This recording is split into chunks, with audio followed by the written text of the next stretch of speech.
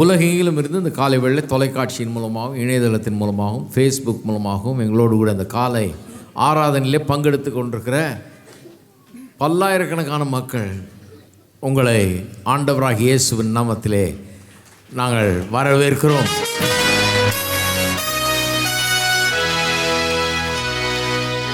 எத்தனை பேர் சொல்றீங்க நம்முடைய ஆண்டவர் இயேசு ஒப்பில்லாதவர், ஈடு இணையற்றவர், நிகரற்றவர், அவரை போல ஒருத்தர் கிடையாது. அன்பிலையும் மகத்துவத்திலையும் இரக்கத்திலையும் மன உருக்கத்திலையும் மகிமையிலையும் அவரை போல சிறந்தவர் ஒருவர் இல்லை. அவரை பாடி துதிக்கிறோம். நம்ம சாதாரணமான ஒருத்தர் அல்ல, பேர்பட்ட மகத்துவமான தேவனை நாம் பாடி துதிக்கும்படி வந்திருக்கிறோம். அவருடைய ரட்சிப்பை பெற்றிருக்கிறோம். ஆகவே இந்த காலை வேளையில் நாம் மகிழ்ச்சியாக எல்லாம் கரங்களை தட்டி நன்றாய் உள்ளத்திலிருந்து ஆழத்திலிருந்து அவரை பாடி நாம் துதித்து அவருடைய மகிழ்.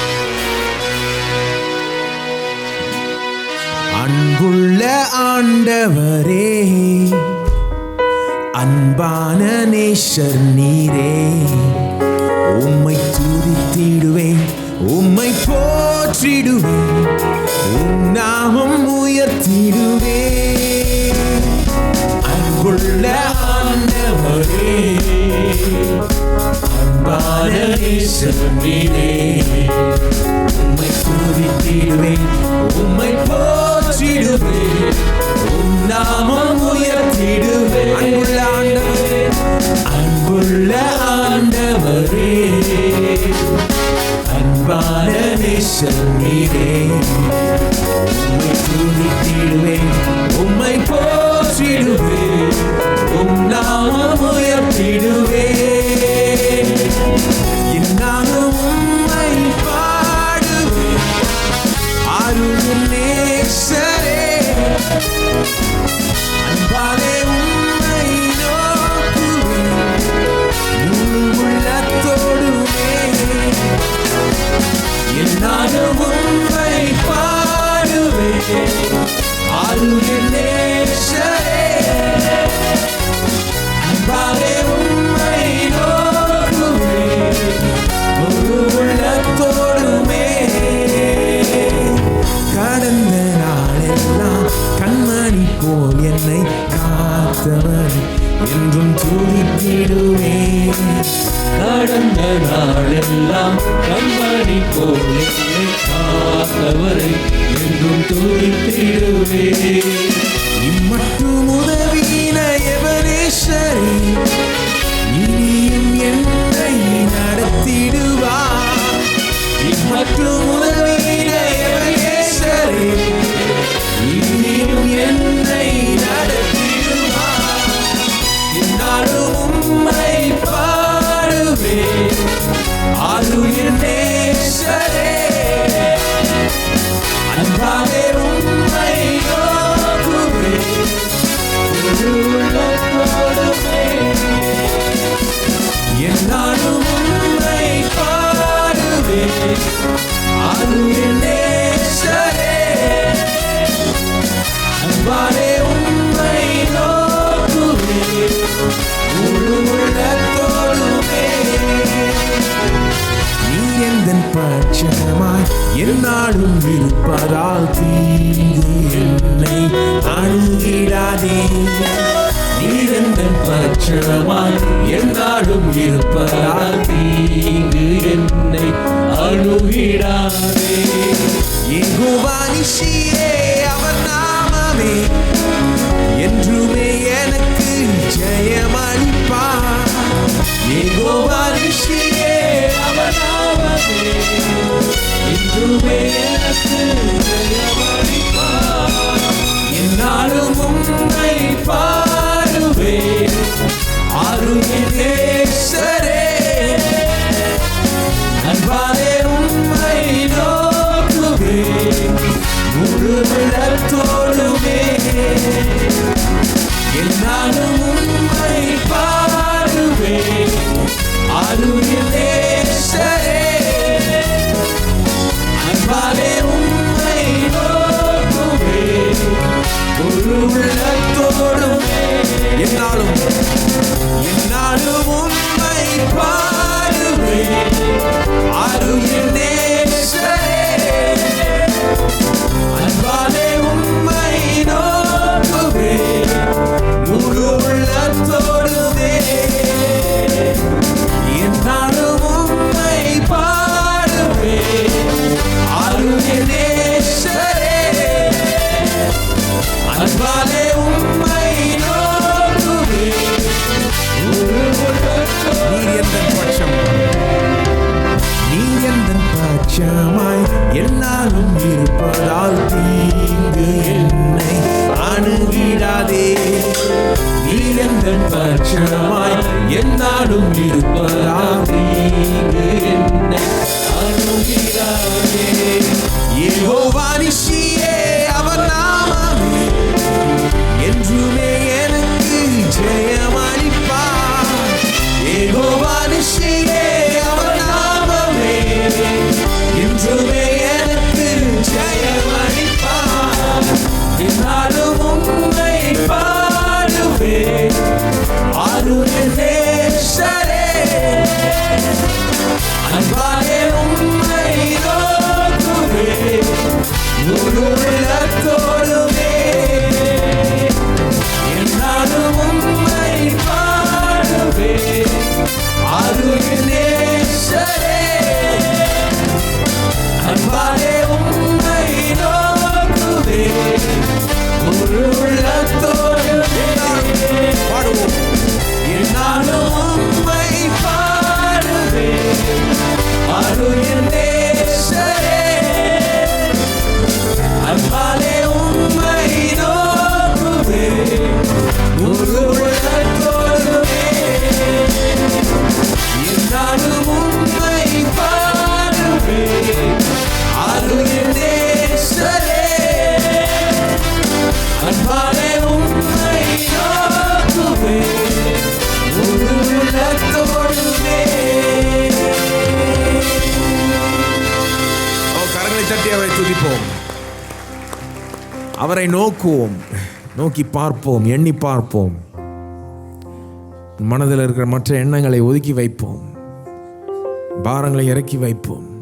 நமக்கு ஒரு பெரிய தேவன் இருக்கிறார், வல்ல தேவன் இருக்கிறார், மகிமை உள்ள தேவன் இருக்கிறார், மகத்துவம் உள்ள தெய்வம் இருக்கிறார். அவரை எண்ணி பார்ப்போம்.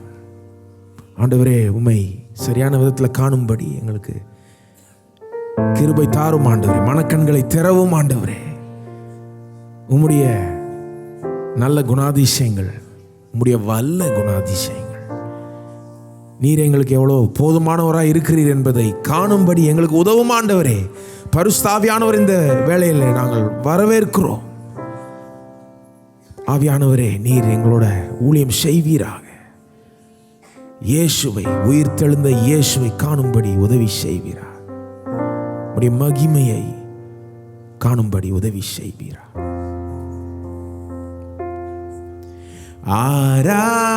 ஆராதிப்பே ஆராதிப்பே முழு உள்ளத்தோடு உம்மை ஆராதிப்பே. அதிசயரே, மாவல்லவர்,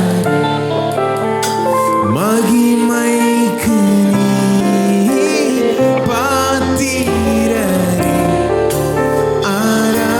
ஆராதிப்பே உம்மை, ஆராதிப்பே உம்மை, ஆராதிப்பே ஆராதிப்பே முழு உள்ளத்தோடு உம்மை ஆராதிப்பே. அதிசயரே, மாவல்லவரே,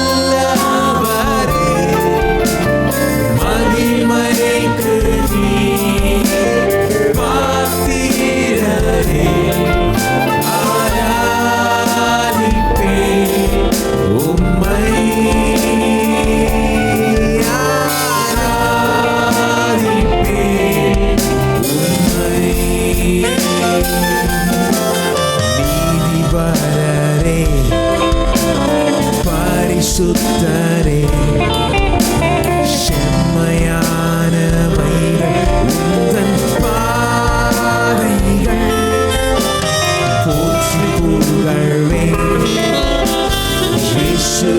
ராஜனே தேவாட்டு குட்டியே உம்மை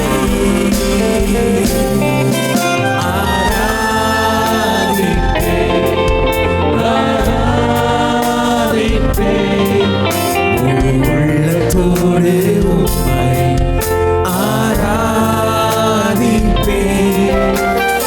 அதிசயரே மாவல்லவரே மகிமைக்கு நீர் பாத்திரரே ஆராதிப்பேன் உம்மை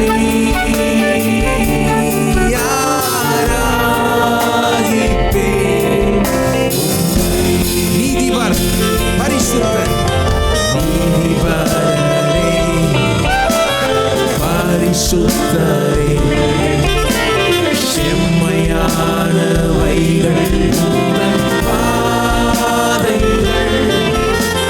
போற்றி புகழ்வேன் இயேசு ராஜனே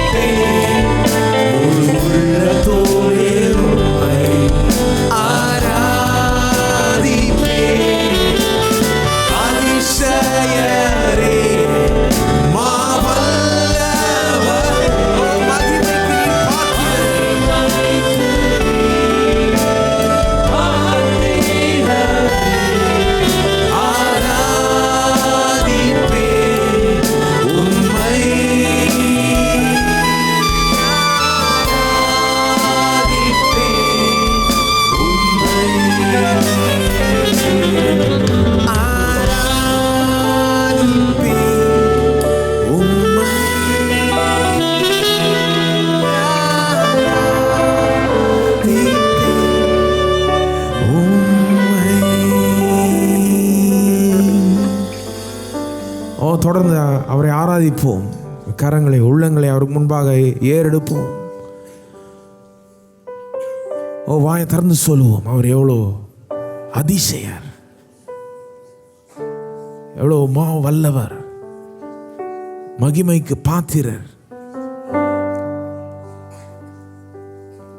நீர் நல்லவர் ஆண்டவரே, நீர் வல்லவர், நீர் பெரியவர், நீர் போதுமானவர். ஆண்டவரே, உம்முடைய மகிமை எங்களுக்கு ஒரு லேசான விதத்திலே அது காண்பித்ததுக்காக நன்றி ஆண்டவரே. உம்மோடு இருக்கிற இந்த உறவுக்காக நன்றி ஆண்டவரே. இங்கே நின்று கைகளை உயர்த்தி உள்ளங்களை ஏறெடுத்து உமக்கு முன்பாக ஆண்டவரே உம்முடைய பிரசன்னத்தில் நின்று உம்மை துதிக்கக்கூடிய அந்த ஸ்லாக்கியத்தை கொடுத்ததுக்காக நன்றி ஆண்டவரே. உம்முடைய பிள்ளைகளை ஆக்கினதுக்காக நன்றி ஆண்டவரே. எங்களுக்கு ஒரு சுதந்திரத்தை கொடுத்ததுக்காக நன்றி ஆண்டவரே. இந்த வேளையிலும் ஒரு நோக்கத்தோடு எங்களை கொண்டு வந்ததுக்காக நன்றி. எங்களோட நீர் ஊழியம் செய்கிறபடினால் நன்றி ஆண்டவரே. உம்மை துதிக்கிறோம், உம்மை ஆராதிக்கின்றோம். முழு உள்ளத்தோடு உம்மை நாடும்படி எங்களுக்கு நீர் உதவுவராக. முழு மனதோடு உம்மை எண்ணி பார்க்கும்படி நீர் உதவி செய்வீராக. எங்களுக்கு இருக்கிற எல்லா பலனோடு உம்மை பற்றி கொள்ளும்படி நீர் உதவி செய்வீராக, கிருபை தருவீராக. இந்த வேளையிலும் உம்மை நோக்கி பார்த்து உம்மிடத்திலிருந்து பெற்றுக்கொள்ளும்படி நீர் கிருபை தருவீராக ஆண்டவரே. விசுவாசத்தை எழும்ப செய்வீராக. உள்ளங்களில் கவலை, பயம், பேர்பற்ற பிற்போக்கான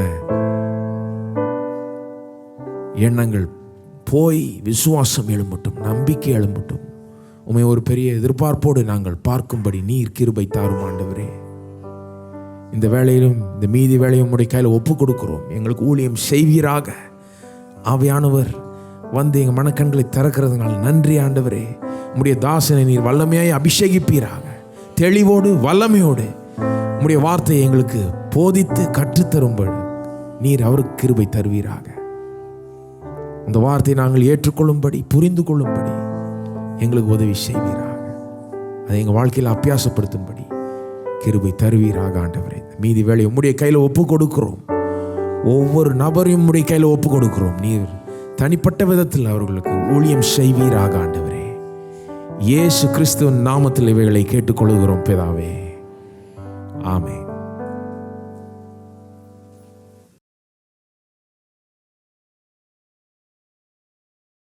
இன்றைக்கு கிறிஸ்மஸ் பண்டிகை நெருங்கி கொண்டிருக்கிறதுனால பாட்டு இல்லாமல் கிறிஸ்மஸ் கிடையாது. கிறிஸ்துவை பற்றி எவ்வளோ பாடினாலும் அது தகும். இப்போ தான் பாடினோம், இன்னும் பாட்டான்னு கேட்காதீங்க. ஒரு நாளெல்லாம் பாடினாலும் போதாது அது. ஏனென்றால் அவர் போற்றப்படத்தக்கவர். ஆமென். அது இல்லாமல் எனக்கு ரொம்ப பிடிக்கும் பாட்டு. அது இங்கே வந்திருக்கிற இந்த குழுவினரை எனக்கு ரொம்ப பிடிக்கும். எல்லாம் பிரசவாகத்தை சேர்ந்தவங்க. தானாத்தெருவில் இருக்கிற அடைக்கலநாதர் லூத்தரன் சபைங்கிறது அந்த காலத்துலேருந்து இருக்குது. அந்த சபையிலிருந்து ஆரம்பித்த ஒரு குழு இன்றைக்கு உலகமெங்கும் சென்று அவங்க பாடி கர்த்தருடைய நாமத்தை மேம்படுத்தி இருக்கிறார்கள். அதில் இருக்கவங்களாம் என் நண்பர்கள் தான். 17-18 வயசுலேருந்து எல்லாரையும் தெரியும் எனக்கு. இதை நடத்துகிறவர் மிஸ்டர் பிரபு துர்ராஜ், நான்லாம் ரொம்ப நெருங்கிய நண்பர்கள். ஆகவே அவர்கள் வரவேற்பதிலே மகிழ்ச்சி. அவர்கள் கரங்களை தட்டி வரவேற்போம். வந்து பாடுவார்கள். மகத்துவ ராஜனே, என் மகிமைக்கு பாத்திரரே, மன்னாதி மன்னனே, மனு உருவாக வந்தீரே இந்த மண்ணுலகில், என் பாவத்தை முற்றிலும் நீக்கிடவே எனக்காய் மனு உருவாய் வந்தீரே. மகத்துவ ராஜனே, என் மகிமைக்கு பாத்திரரே, மன்னாதி மன்னனே, மனு உருவாக வந்தீரே இந்த மண்ணுலகில், என் பாவத்தை முற்றிலும் நீக்கிடவே எனக்காய் மனு உருவாய் வந்தீரே.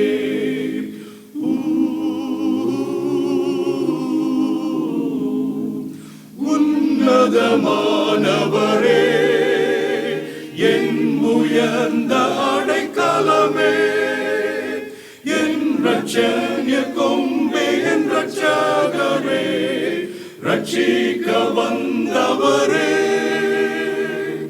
மகத்துவ ராஜனே, என் மகிமைக்கு பாத்திரரே,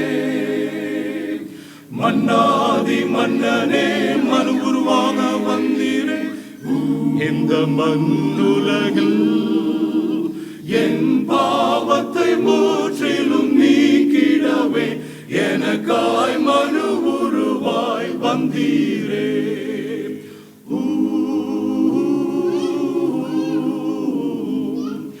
நீதியின் சூரியனே, என் பாவத்தை நீக்க வந்தீரே, என் ஆத்துமநாதா, என் ஆத்துமத்தில் இருள் நீக்கும் ஒளியே. மகத்துவ ராஜனே, என் மகிமைக்கு பாத்திரரே, மன்னாதி மன்னனே, மனு உருவாக வந்தீரே இந்த மண்ணுலகில், என் பாவத்தை முற்றிலும் நீக்கிடவே எனக்காய் மனு உருவாய் வந்தீரே.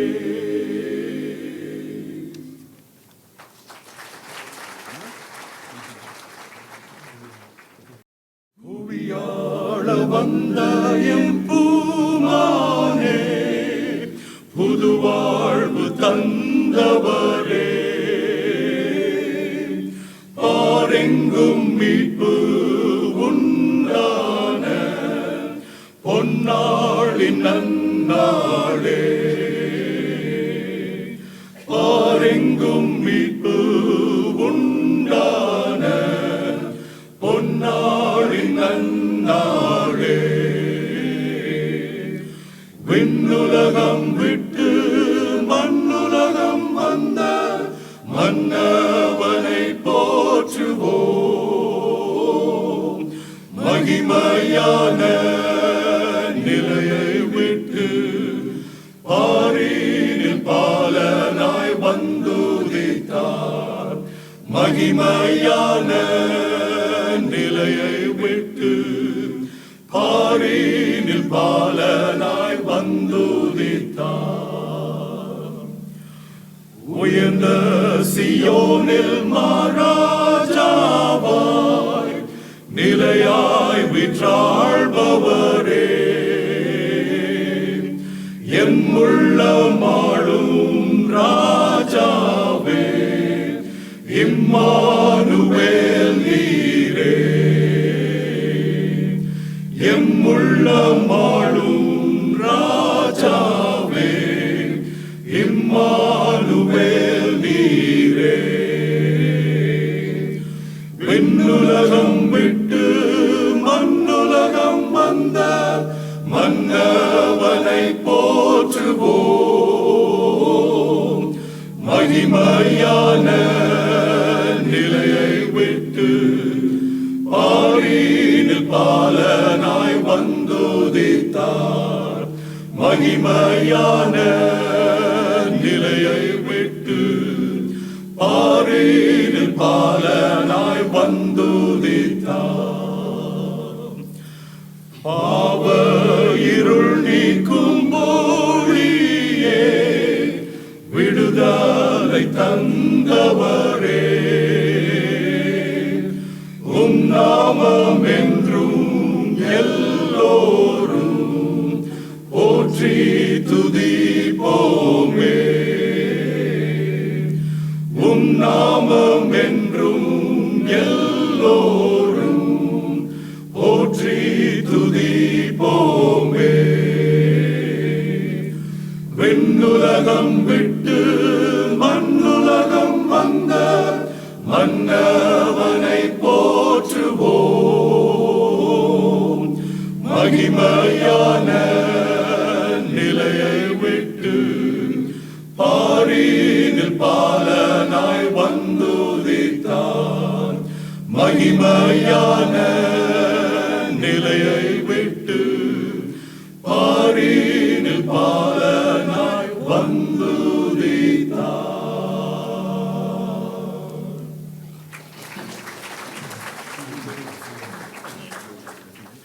சியோனிலே துதி கீதம் தோனிக்க, எருசலேமிலே தேவபாலன் ஜெனித்தார்.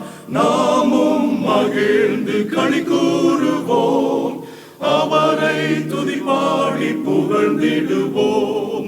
சியோனிலே துதி கீதம் தோனிக்க, எருசலேமிலே தேவபாலன் ஜெனித்தார்.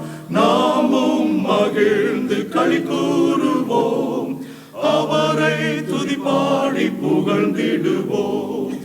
ஆரீரரோ கண்ணே கண்மணியே, கண்ணூரங்கு பாலா கண்ணூரங்கு. ஆரீரரோ கண்ணே கண்மணியே, கண்ணூரங்கு பாலா கண்ணூரங்கு. சிருஷ்டிப்பின் காத்தரையே, சர்வ சிருஷ்டிப்பும் துதி பாடுதே. புவி எங்கும் மகிமையால் நிரம்ப தேவ பாலனை போற்றிடுவோம். சிருஷ்டிப்பின் காத்தரையே, சர்வ சிருஷ்டிப்பும் துதி பாடுதே. புவி எங்கும் மகிமையால் நிரம்ப தேவ பாலனை போற்றிடுவோம். சியோனிலே துதி கீதம் தோனிக்க, எருசலேமிலே தேவபாலன் ஜெனித்தார். நாமும் மகிழ்ந்து களி கூறுவோம், அவரை துதி பாடி புகழ்ந்திடுவோம். ராட்சிப்பின் ஊற்றவரை மகிழ்ச்சியோடு பருகிடுவோம். சமாதான பிரபுவான ஊற்றே, நித்தம் நித்தமும் நிரப்பிடுமே. ராட்சிப்பின் ஊற்றவரை மகிழ்ச்சியோடு பருகிடுவோம். சமாதான பிரபுவான ஊற்றே, நித்தம் நித்தமும் நிரப்பிடுமே. சியோனிலே துதி கீதம் தோனிக்க, எருசலேமிலே தேவபாலன் ஜெனித்தார். நாமும் மகிழ்ந்து களி கூறுவோம், அவரை துதிப்பாடி புகழ்ந்திடுவோம். ஆரீரரோ கண்ணே கண்மணியே, கண்ணூரங்கு பாலா கண்ணூரங்கு. ஆரீரரோ கண்ணே கண்மணியே, கண்ணூரங்கு பாலா கண்ணூரங்கு. ஆரீரரோ கண்ணே கண்மணியே, கண்ணூரங்கு Bala கண்ணூரங்கு. The hello season comes again. This is the blessed moment when he who came to die for men, the Son of God, was born. As sweetly sang the heavenly choir upon the day of days. Oh Christians, raise your voices high in grateful songs of praise.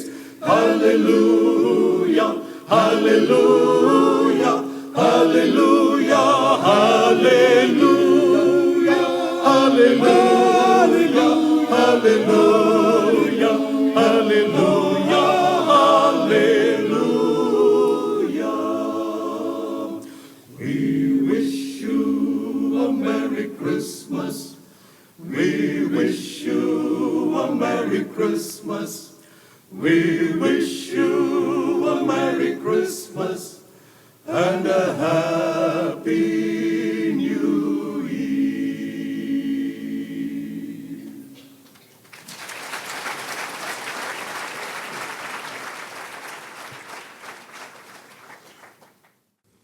காணிக்கையாலே கர்த்தரை ஆராதிக்கிற நேரம். உலகெங்கிலும் இந்த இணையதளத்தின் மூலமாக TV மூலமாக எங்களோடு கிடந்த ஆராதனையில் பங்கெடுத்த நீங்களும் காணிக்கை செலுத்த விரும்பினால் இப்பொழுதே கிவிலிங் மூலமாக செலுத்தலாம்.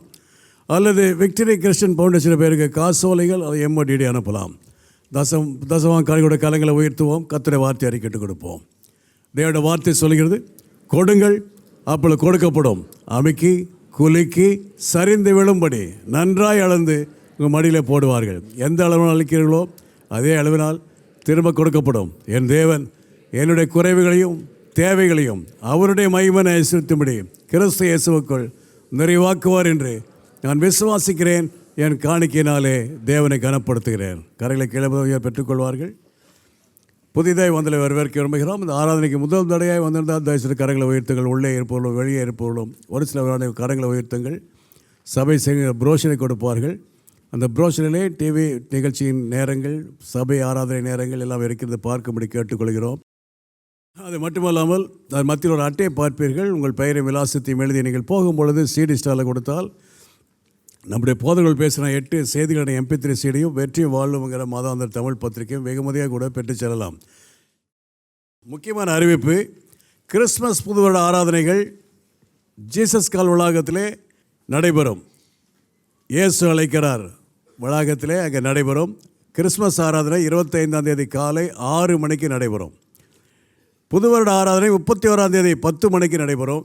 2 ஆராதனைகளும் தமிழ் ஆங்கிலம் கலந்த ஒரே ஆராதனையாக இருக்கும்.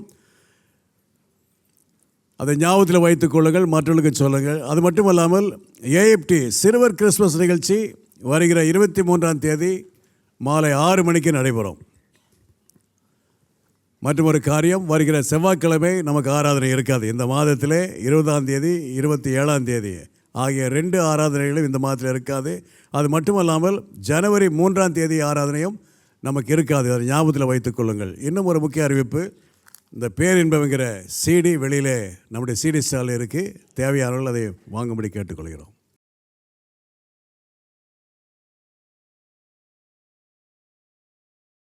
கர்த்தருடைய வார்த்தைக்கு செல்வோம்.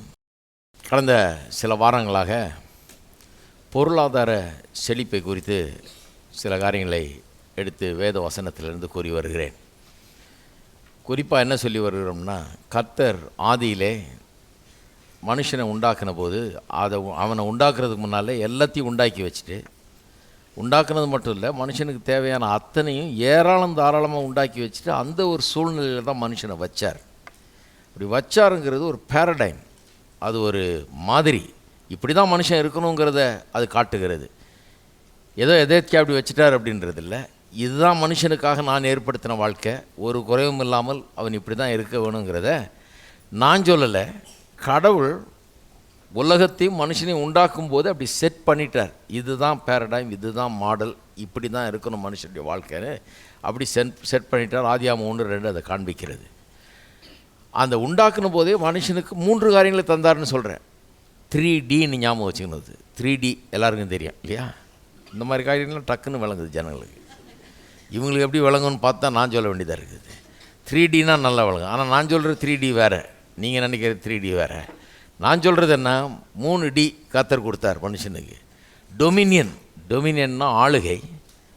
என்னைக்கு அவர்கள் ஆளக்கடவர்கள், நமது சாயலின்படி ரூபத்தின்படி மனுஷனை உண்டாக்குவோமாக அவர்கள் ஆளக்கடவுள்னு சொன்னாரோ அன்றைக்கே மனுஷனுக்கு ஒரு டியை கொடுத்தார். என்னது? டொமினியன்னா ஆளுகை. 2வது டி வந்து டிக்னிட்டி. நமது சாயலின்படி நமது ரூபத்தின்படி அவனை உண்டாக்குவோம்னு சொன்னார் இல்லையா மனுஷனை? அப்போ அவனுக்கு ஒரு பெரிய அந்தஸ்தை கொடுத்துட்டார், டிக்னிட்டி. 2வது டி வந்து டிக்னிட்டி. மனுஷனுக்கு ஒரு பெரிய அந்தஸ்து. மனுஷன் சாதாரணமானவன் அல்ல, தேவனுடைய சாயலின்படி ரூபத்தின்படி உண்டாக்கப்பட்டவன். அவனுக்கு ஒரு பெரிய டிக்னிட்டியை கொடுத்துட்டார். 3வது டி வந்து டிலைட்.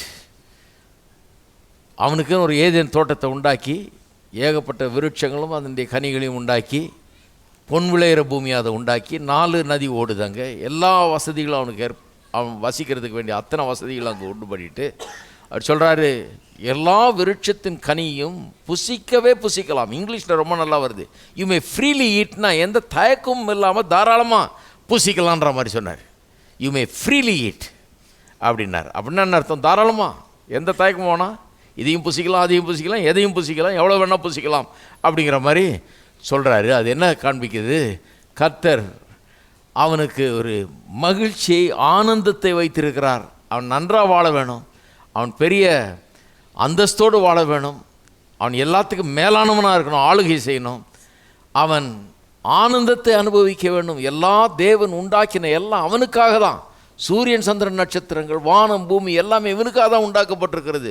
மரம், செடி, கொடிகள், பல வகைகள், புல் பூண்டுகள், மீன்கள், பறவைகள், மிருகங்கள் எல்லாமே இவனுக்காக உண்டாக்கப்பட்டவை. ஆகவே இந்த 3ஐயும் அவன் அனுபவிக்கணுன்றது கர்த்தருடைய சித்தம். அதை முதலே காமிச்சிட்டாரு. ஆளுகை, அந்தஸ்து, ஆனந்தம்னு தமிழில் சொல்கிறோம் அந்த 3Ds இல்லையா? இந்த 3ஐயும் கொடுத்தார். இது மனுஷனுக்கு கடவுள் படைப்பிலேயே கொடுத்த ஒரு பிறப்புரிமை மாதிரி.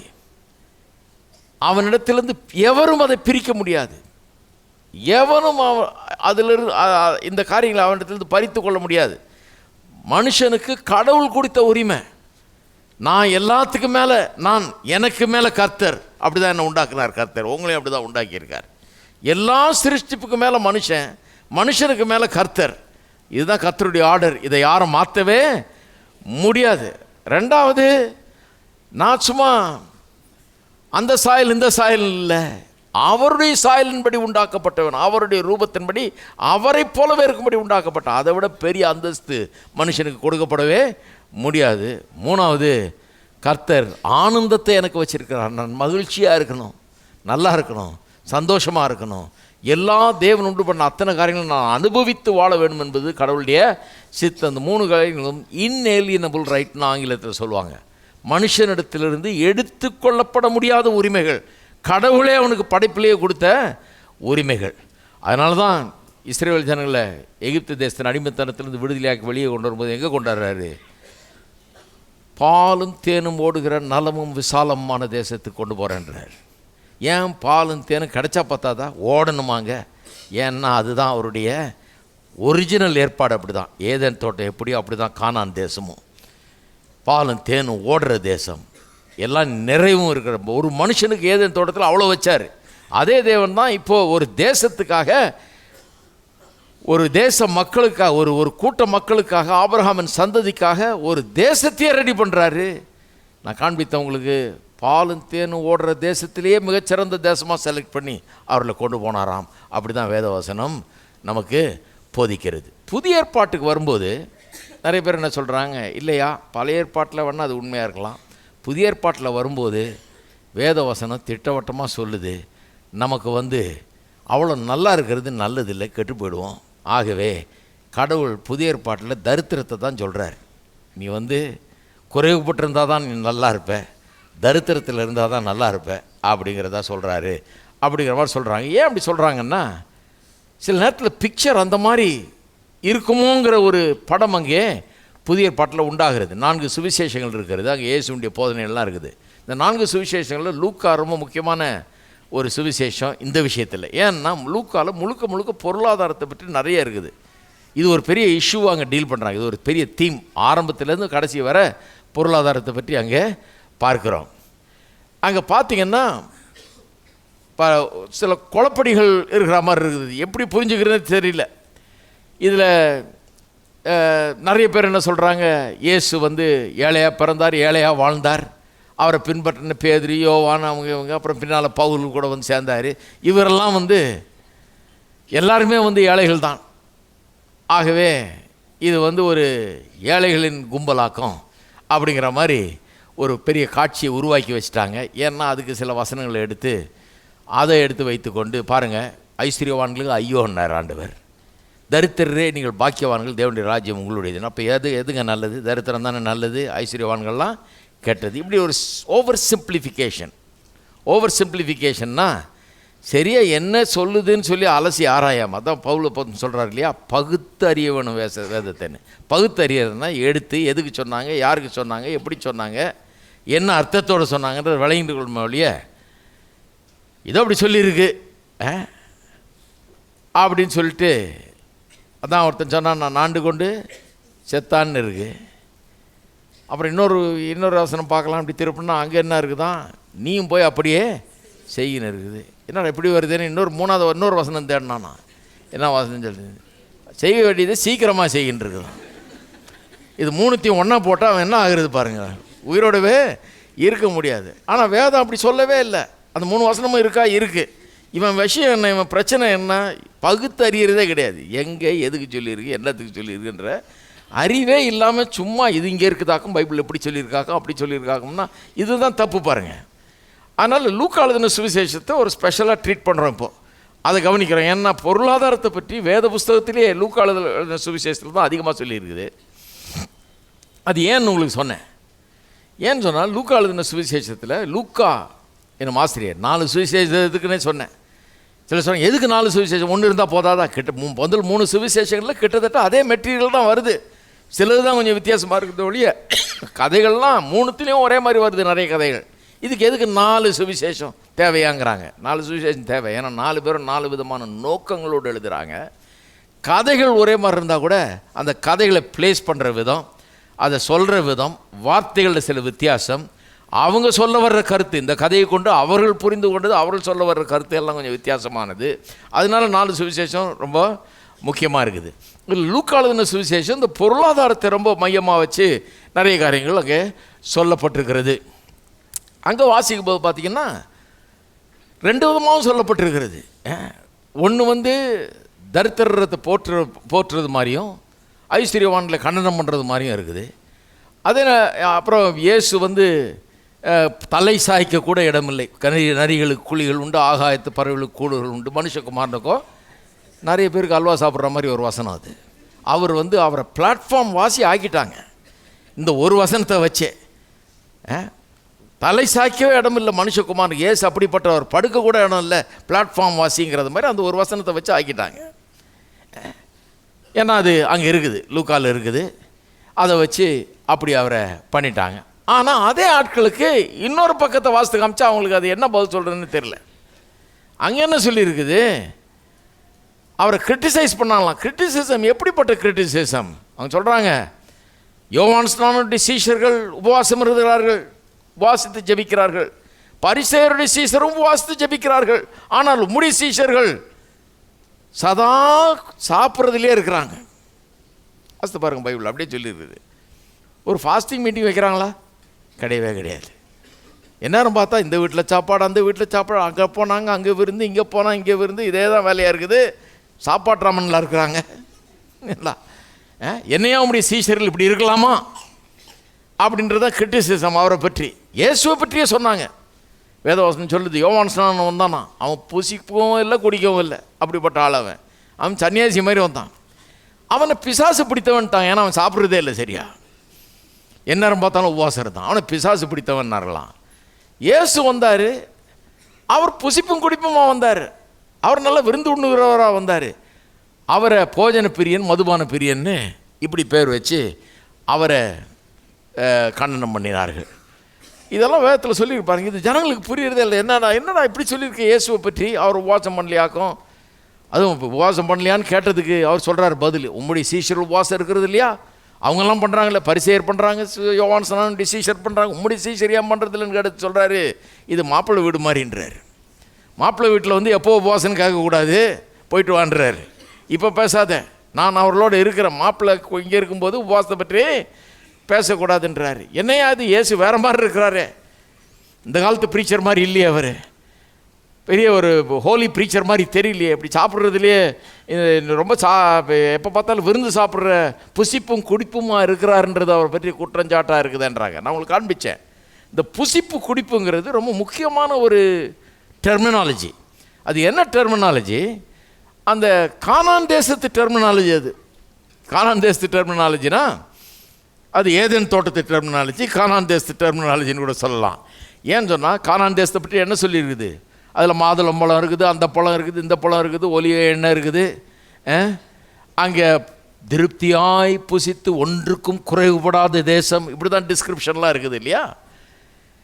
அப்போ கர்த்தர் அதை விரும்புகிறார், இவர்கள் நல்லா புசிக்கணும், ஒன்றுக்கும் குறைவுபடக்கூடாது, ஒன்றுக்கும் குறைவுபடாமல் திருப்தியாய் புசித்து திருப்தியாய் புசிக்கக்கூடிய ஒரு இடமா இருக்கணும், ஒன்றுக்கும் குறைவுபடாத இடமா இருக்கணும் தான் கானான் தேசத்தை கர்த்தர் வைக்கிறார்.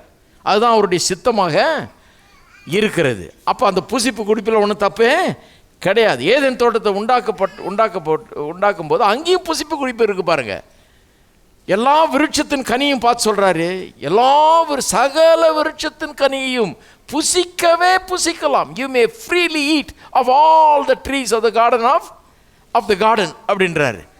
அங்கே ஈட்டிங் வருது பாருங்க. அந்த புசிப்பு குடிப்புங்கிறது ஒரு பிப்ளிக்கல் தீம் மாதிரி. அந்த புசிப்பு குடிப்புன்னு வாசிக்கும் போதே டக்குன்னு அன்டான ஏறிக்கணும் நமக்கு, ஏதோ சொல்ல வர்றாங்க இங்கேன்னு.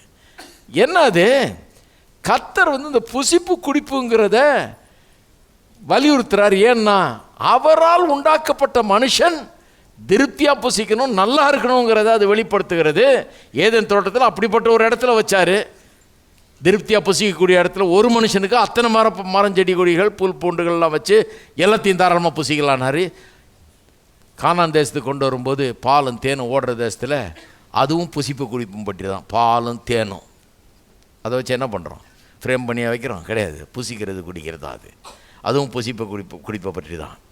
அப்போ அதெல்லாம் வந்து தேவனுடைய ஆசீர்வாதம், அது மனுஷனுக்காக எப்படி வைக்கப்பட்டிருக்கிறது, மனுஷன் அதை அனுபவிக்க வேணும் என்பது குறித்த காரியங்கள்.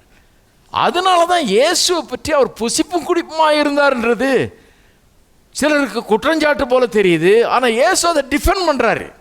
அந்த ப்ராடிகல் சன் ஸ்டோரியில், அந்த கெட்டகுமாரன் கதையில் பையன் திருப்பி வர்றான், அவன் போய் ஆஸ்தியெல்லாம் அழிச்சிட்டு வர்றான், அப்பா கொண்டாட்டம் வைக்கிறார். அவர் போய் ஒரு நல்ல ஒரு பெரிய பிரியாணி பண்ண வச்சு, கறி பிரியாணி பண்ணி எல்லாரையும் கூப்பிட்டு, இசை வாசிக்கிறவரெல்லாம் கூப்பிட்டு எல்லாம் கொண்டாட்டம் நடந்துட்டு இருக்குது. மூத்த சகோதரனுக்கு கோவம், என்ன நடக்குது அங்கே பாருங்கிறான். இந்த மாதிரி உங்கள் அப்பா அந்த பையன் திரும்பி வந்ததுக்கு கொண்டாட்டம் வச்சுருக்காரு, பிரியாணி போடுறாராக்கும், இசையெல்லாம் வாசிக்கிறாங்க, ஒரு பெரிய கொண்டாட்டமாக இருக்குது. அவனுக்கு ஒரே கோவம், சண்டைக்கு வந்துட்டான். அவன் என்ன சொல்கிறான், அது எப்படி இவன் போய் ஆஸ்தியை போய் வேசியில்ட்டு அழிச்சிட்டு வந்திருக்கிறான், பொல்லாதவன், உன்னுடைய ஆஸ்தியெல்லாம் கெடுத்தவன், அதுக்கு அவன் திரும்பி வந்ததுக்கு ஒரு கொண்டாட்டம் வைக்கணுமா? அந்த தகப்பன் வந்து பிதாவுக்கு ஒப்பனையாக தான் அந்த கதையில் சொல்லப்படுது, பிதாவாகிய தேவனுக்கு ஒப்பனையாக. அந்த தகப்பன் வந்து அந்த புசிப்பு குடிப்பை டிஃபெண்ட் பண்ணுறாரு.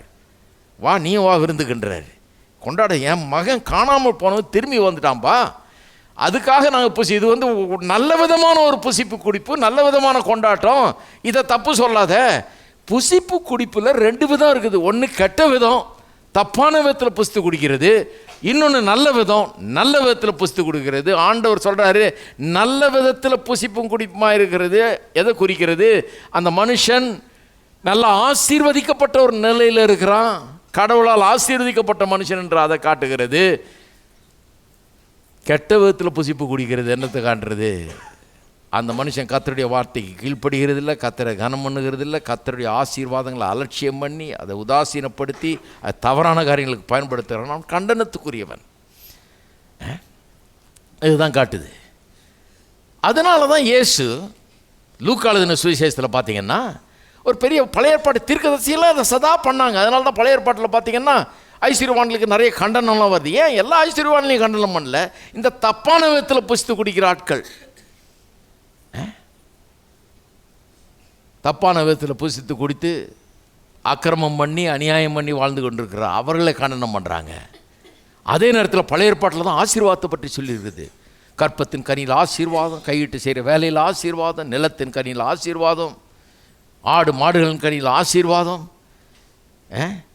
மழை பெய்யுமாக்கும் காட்டில், கடன் வாங்காது இருப்பாய், கீழாயிராமல் மேலாக மாத்திரம் இருப்ப, வாலாயிராமல் தலையாக மாத்திரம் இருப்ப, இப்படியெல்லாம் சொல்லியிருக்குது. இதெல்லாம் என்ன? ஆசீர்வாதத்தை குறிக்கிற வார்த்தைகள். பழைய ஏற்பாட்டில் பார்த்தீங்கன்னா ஃபுல்லாக அப்படி மாறி மாறி வரும். இன்னும் உபவாமத்தில் பார்த்தீங்கன்னா ரெண்டும் இருக்கும் பாருங்கள். உபவாமம் 28 பார்த்தீங்கன்னா முதல் 14 வசனங்கள் ஆசீர்வாதம், மீதி உள்ள வசனங்கள்லாம் சாபம். 2 மலையை வச்சாங்க அந்த காலத்தில். ஒரு மலையிலேருந்து ஆசீர்வாதத்தை கூற சொன்னார், இன்னொரு மலையிலேருந்து மோசே என்ன சொன்னார்? சாபத்தை கூறுனார். ஏன்னா இது ரெண்டுத்தையும் உனக்கு முன்பாக வைக்கிறேன், உனக்கு முன்னால் ஆசீர்வாதத்தையும் சாபத்தையும் வைக்கிறேன், மரணத்தையும் ஜீவனையும், ஜீவனையும் மரணத்தையும் வைக்கிறேன். ஜீவனை தெரிந்து கொள், ஆசீர்வாதத்தை தெரிந்து கொள்ன்றதான் அவருடைய பாயிண்ட். அங்கே ஆசீர்வாதத்தை தெரிந்து கொள், ஜீவனை தெரிந்து கொள்ன்றார். ரெண்டும் இருக்குது. ஜீவனை தெரியும். அப்போ பொருளாதார நிறைவுங்கிறது, அந்த நிறைவு இருக்கிறதே தப்புன்னு சொல்லக்கூடாது. பொருளாதார ஆசீர்வாதங்கள் எல்லாம் தவறுன்னு சொல்கிறது தப்பு. எது தவறு? அதை தவறான விதத்தில் பயன்படுத்துவது, தவறான ஆட்கள் கையில் அதை சிக்கி அது தவறான காரியங்களுக்காக பயன்படுவது, அது தப்பு.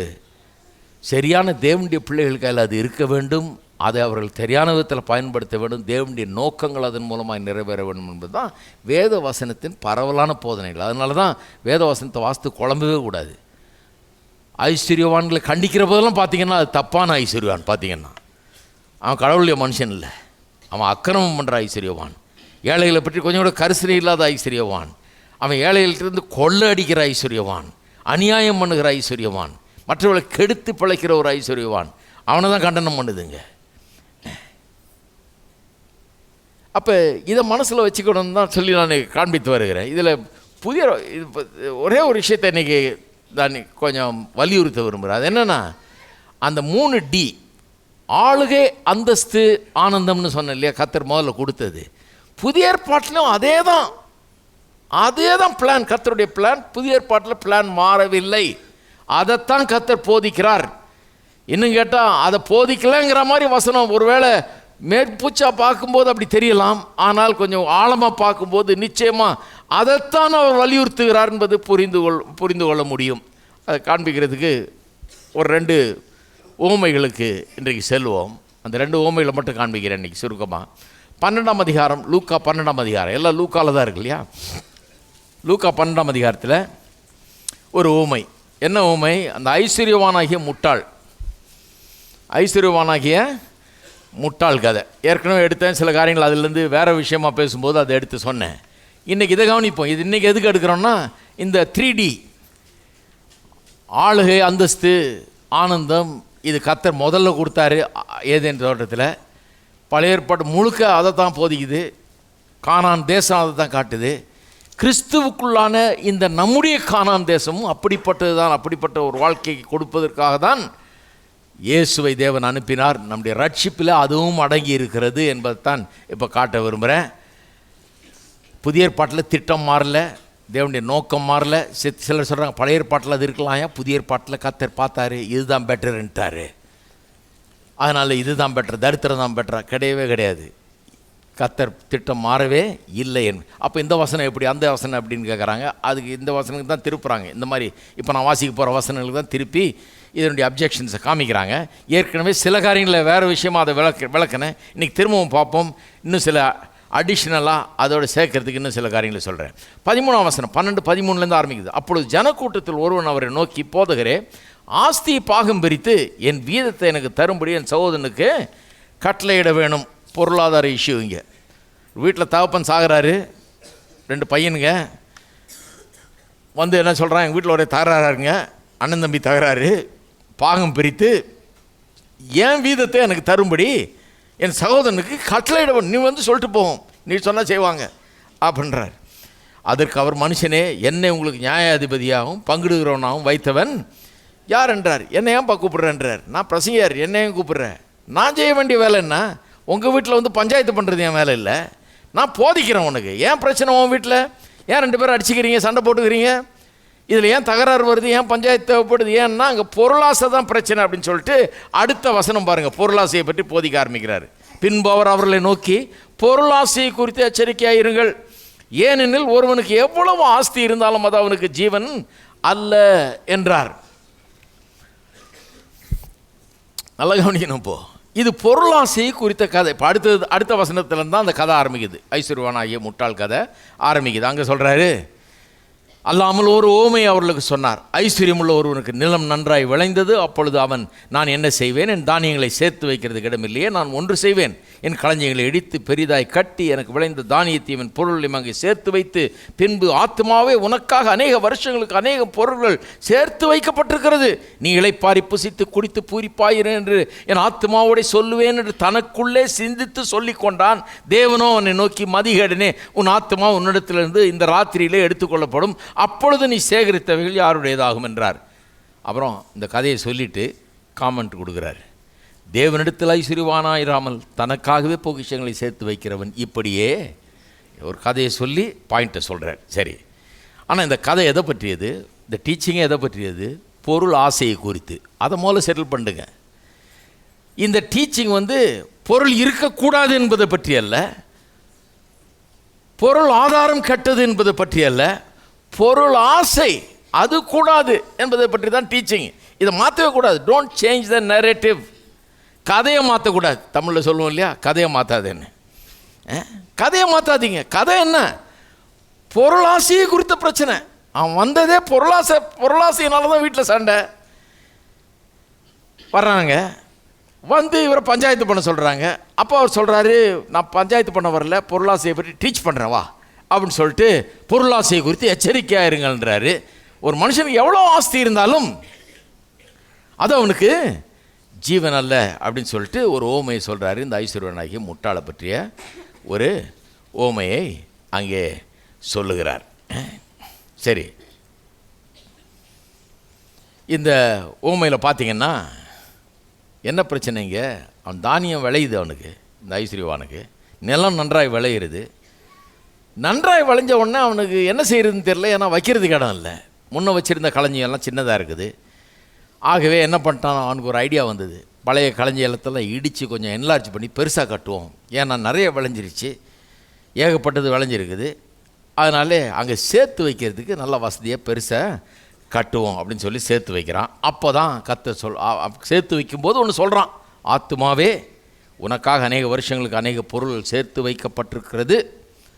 நல்ல கவனிங்க, அநேக பொருள்கள் சேர்த்து வைக்க. என்னத்தை சேர்த்து வச்சுருக்கான்? பொருள்களை சேர்த்து வச்சுருக்கான். இப்போ தானே சொன்னார், ஒருவனுக்கு நிறைய ஆஸ்தி இருந்தாலும் அது அவனுக்கு ஜீவன் அல்ல என்றார். இவன் சொல்கிறான், நிறைய பொருளை சேர்த்து வச்சுட்டேன், நீ இளைப்பாரி புசித்து குடித்து திருப்தியாயிரு, பூரிப்பாயிரு என்ற ஆத்மாவோட சொல்லுவேன் என்று தனக்குள்ளே சிந்தித்து சொல்லி கொண்டான். அப்போ தான் கர்த்தர் சொல்கிறார், இன்றைக்கி செத்தா இதெல்லாம் யாருக்கு போகும், முட்டாளே அப்படின்றார்.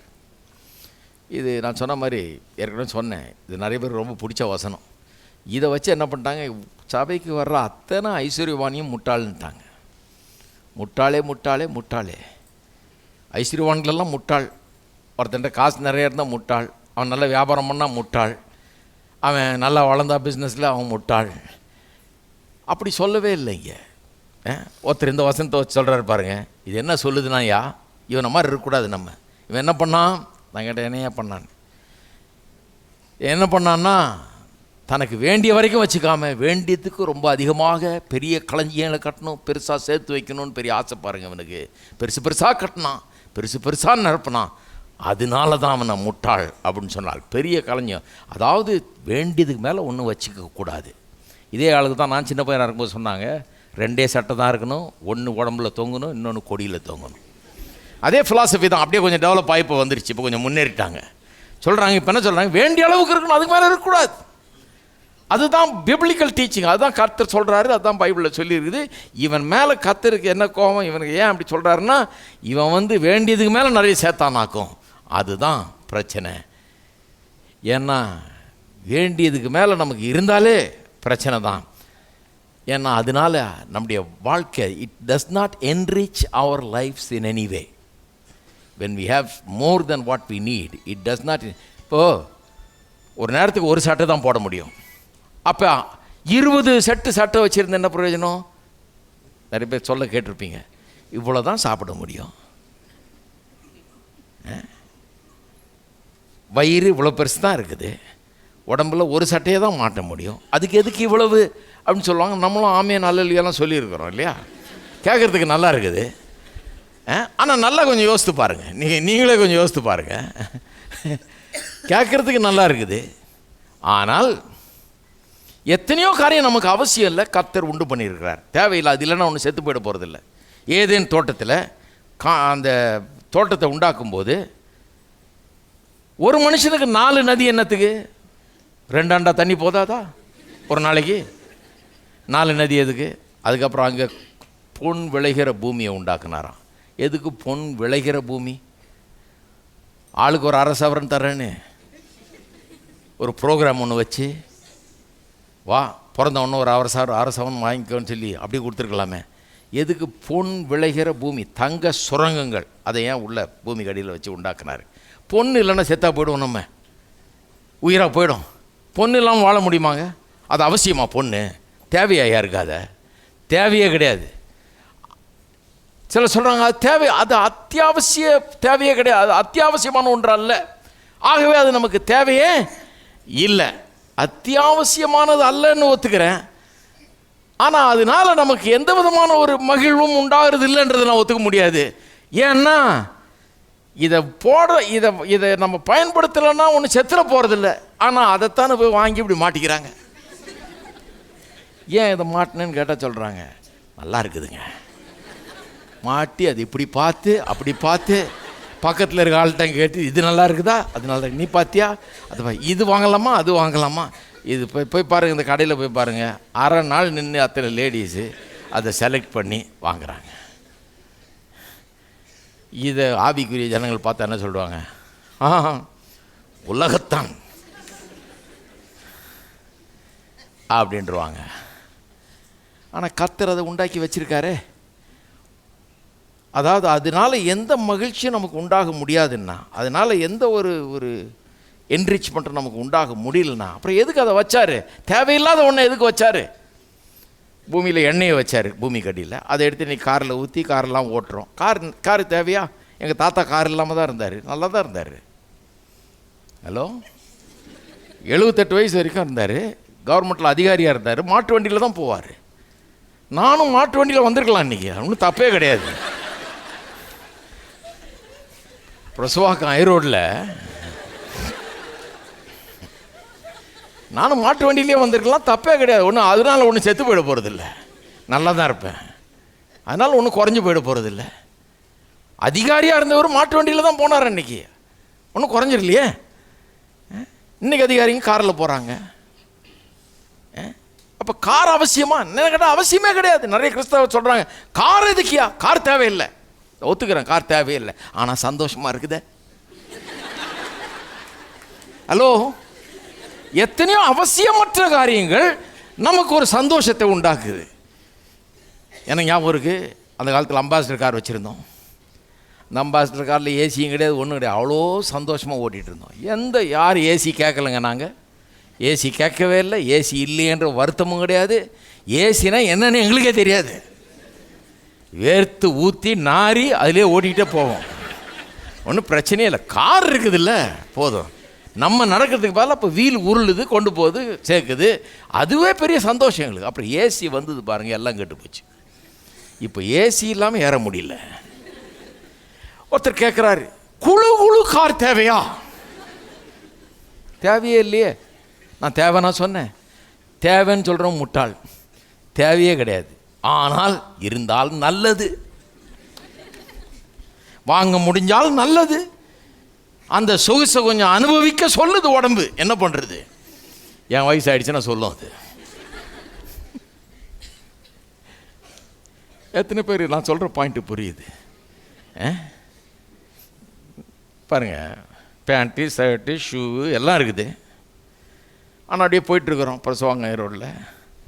அங்கே போனால் அழகான ஷூ ஒன்று வச்சுருக்கான் இல்லையா? நம்ம வீட்டில் சொல்கிறாங்க, இது என்னத்துக்கு, உனக்கு தான் ஷூ இருக்குது, இப்போ தேவையா? இல்லை, இதையும் வாங்கிக்கிறேன். அத்தியாவசியமாக? அத்தியாவசியம் இல்லை, ஏற்கனவே இருக்குதே. இன்னும் கேட்டால் ஷூ இல்லாமலே இருக்கலாமே. ஷூ இல்லைன்னா செத்தா போயிடுவோம். அத்தியாவசிய தேவை ஒன்றும் கிடையவே கிடையாது. என்ன கேட்டால் பேண்ட்டு சட்டையே அத்தியாவசியம் கிடையாது. ஒரு துண்டை போட்டுக்கிறது, பெட்ஷீட்டை போத்திக்கிறது. அத்தியாவசிய தேவைன்னு ஒன்று கிடையவே கிடையாது. அப்புறம் எதுக்கு பேண்ட்டு போடுறோம்? சரி, வெறும் அத்தியாவசிய தேவைகள் மட்டும்தான் இருக்கணுன்றவங்களுக்கு சொல்கிறேன் நான். நிறைய காரியங்கள் அத்தியாவசியமே இல்லை. அத்தியாவசியமே இல்லாத நிறைய காரியங்களை ஆம் அனுபவிக்கும்படியாக கர்த்தர் நமக்கு வைத்திருக்கிறார்.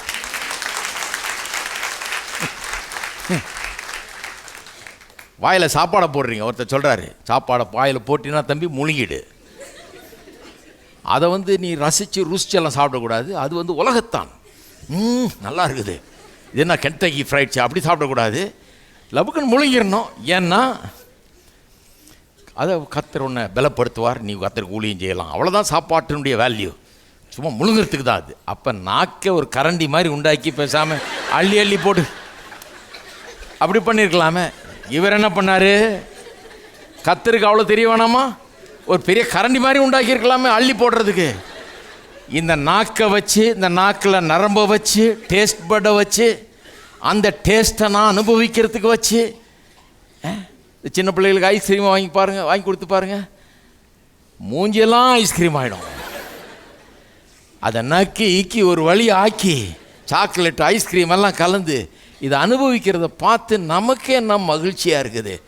ஒரு ஃபோட்டோ எடுத்துக்கிறேன். இதை க்ளீன் பண்ணுறதுக்குள்ளே கடகடன் செல்ஃபோன் எடுத்து இப்போலாம் ஒரு ஃபோட்டோ எடுத்துடுறோம். ஏன்? அந்த பிள்ளை அதை ரசித்து சாப்பிட்டு மகிழ்கிறதுல நமக்கு ஒரு மகிழ்ச்சி. நான் சொல்கிறேன், உங்களையும் என்னையும் காட்டில் அந்த பரலோக பிதா 1000 மடங்கு நல்லவர். அதுக்கு தான் வாயில் போட்டு முழுங்கிறதுக்கு ஒரு கரண்டி மாதிரி உண்டாக்கல நாக்க, அதில் நரம்பை வச்சு டேஸ்ட் பண்ணி அனுபவிச்சு. அத்தியாவசியம் இல்லை, இருந்தாலும் அனுபவின்றாரு. 1 தீமோத்தேயு 6:17 வாசித்து பாருங்க. எல்லாவற்றையும் எதுக்காக தர்றாங்க? நாம் அனுபவிக்கும்படியாக. gives us all things richly to enjoy அப்படின்னு இருக்குது. அதெல்லாம் படிக்க மாட்டாங்க சிலர். தான் சொல்கிறேன், அந்த காலத்தில் நாங்கள் எல்லாத்துலேயும் வேகம். நாங்கள் பெந்தோகஸ்து இல்லை, அதனால் வேகம் எக்ஸ்பிரஸ் ட்ரெயின் மாதிரி, சூப்பர் ஃபாஸ்ட் எக்ஸ்பிரஸ் உருன்னு போவோம். அல்ல ஓடிடுவோம். வசனம் வாசிக்கிறதுலையும் அப்படி தான், ஜெபம் பண்ணுறதுலையும் அப்படி, எல்லாத்துலேயும் வேகம் ஓடியே போயிடுவோம். அதனால் ஓடி போனதுனால இதெல்லாம் கவனிக்காமல் விட்டுட்டோம்.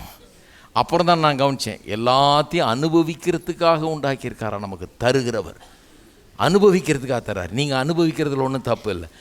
அத்தியாவசியமானது மட்டும்தான் உங்களுக்கு இருக்கணும், அதுக்கு மேலே ஒன்றுமே இருக்கக்கூடாதுங்கிறது மகா பெரிய தப்பு, மனுவர்க்கத்துக்கு செய்கிற துரோகம். அப்படி சொல்லுகிறவர்கள். கர்த்தர் நமக்கு கொடுத்த உரிமை அது. ஆளுகையை கொடுத்திருக்கிறார். ஆளுகைன்னா ஒரு ராஜாவுக்கு எவனும் எந்த சுகத்தையும் சந்தோஷத்தையும் மறுக்க முடியாது. நியாயமான சந்தோஷங்கள் அத்தனையும் அவன் அனுபவிக்க வேண்டும். ஒரு ராஜாவை போல உங்களையும் என்னையும் கர்த்தர் உண்டாக்கி இருக்கிறார். கர்த்தர் நமக்கு கொடுத்த உரிமை, அந்தஸ்தை கொடுத்திருக்கிறாரு, ஆனந்தத்தை கொடுத்திருக்கிறாரு. இதெல்லாம் கர்த்தர் கொடுத்தது. நியாயமான விதத்திலே கர்த்தர் உண்டாக்கின எல்லாவற்றையும் நல்ல விதத்தில் அனுபவித்து மகிழ்வது என்பது உங்களுக்கும் எனக்கும் கொடுக்கப்பட்ட ஒரு பெரும் பாக்கியம். எத்தனை பேர் இருக்கிறீங்க? மூளையை கொஞ்சம் செலவு பண்ணணும் பாருங்க. நம்ம எதையும் அனுபவிச்சாலே தப்பு. ஒருத்தர் கேட்குறார், இந்த சூட்டும் கோட்டும் தேவையா? தேவையில்லை தான். பிறகு எதற்கு? நல்லா இருக்குதே. என்ன பண்ணுறது சொல்லுங்கள்? நல்லா இருக்குதே.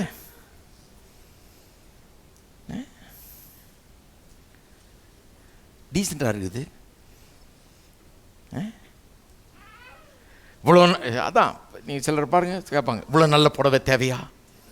இவங்க ஆவிக்குரிய போதனை அது. இவ்வளோ நல்ல புடவை தேவையா உனக்கு? இவ்வளோ நல்ல சுடிதார் தேவையா? இவ்வளோ நல்ல செருப்பு தேவையா? எல்லாம் இதுலேயே இருக்கிறாங்க.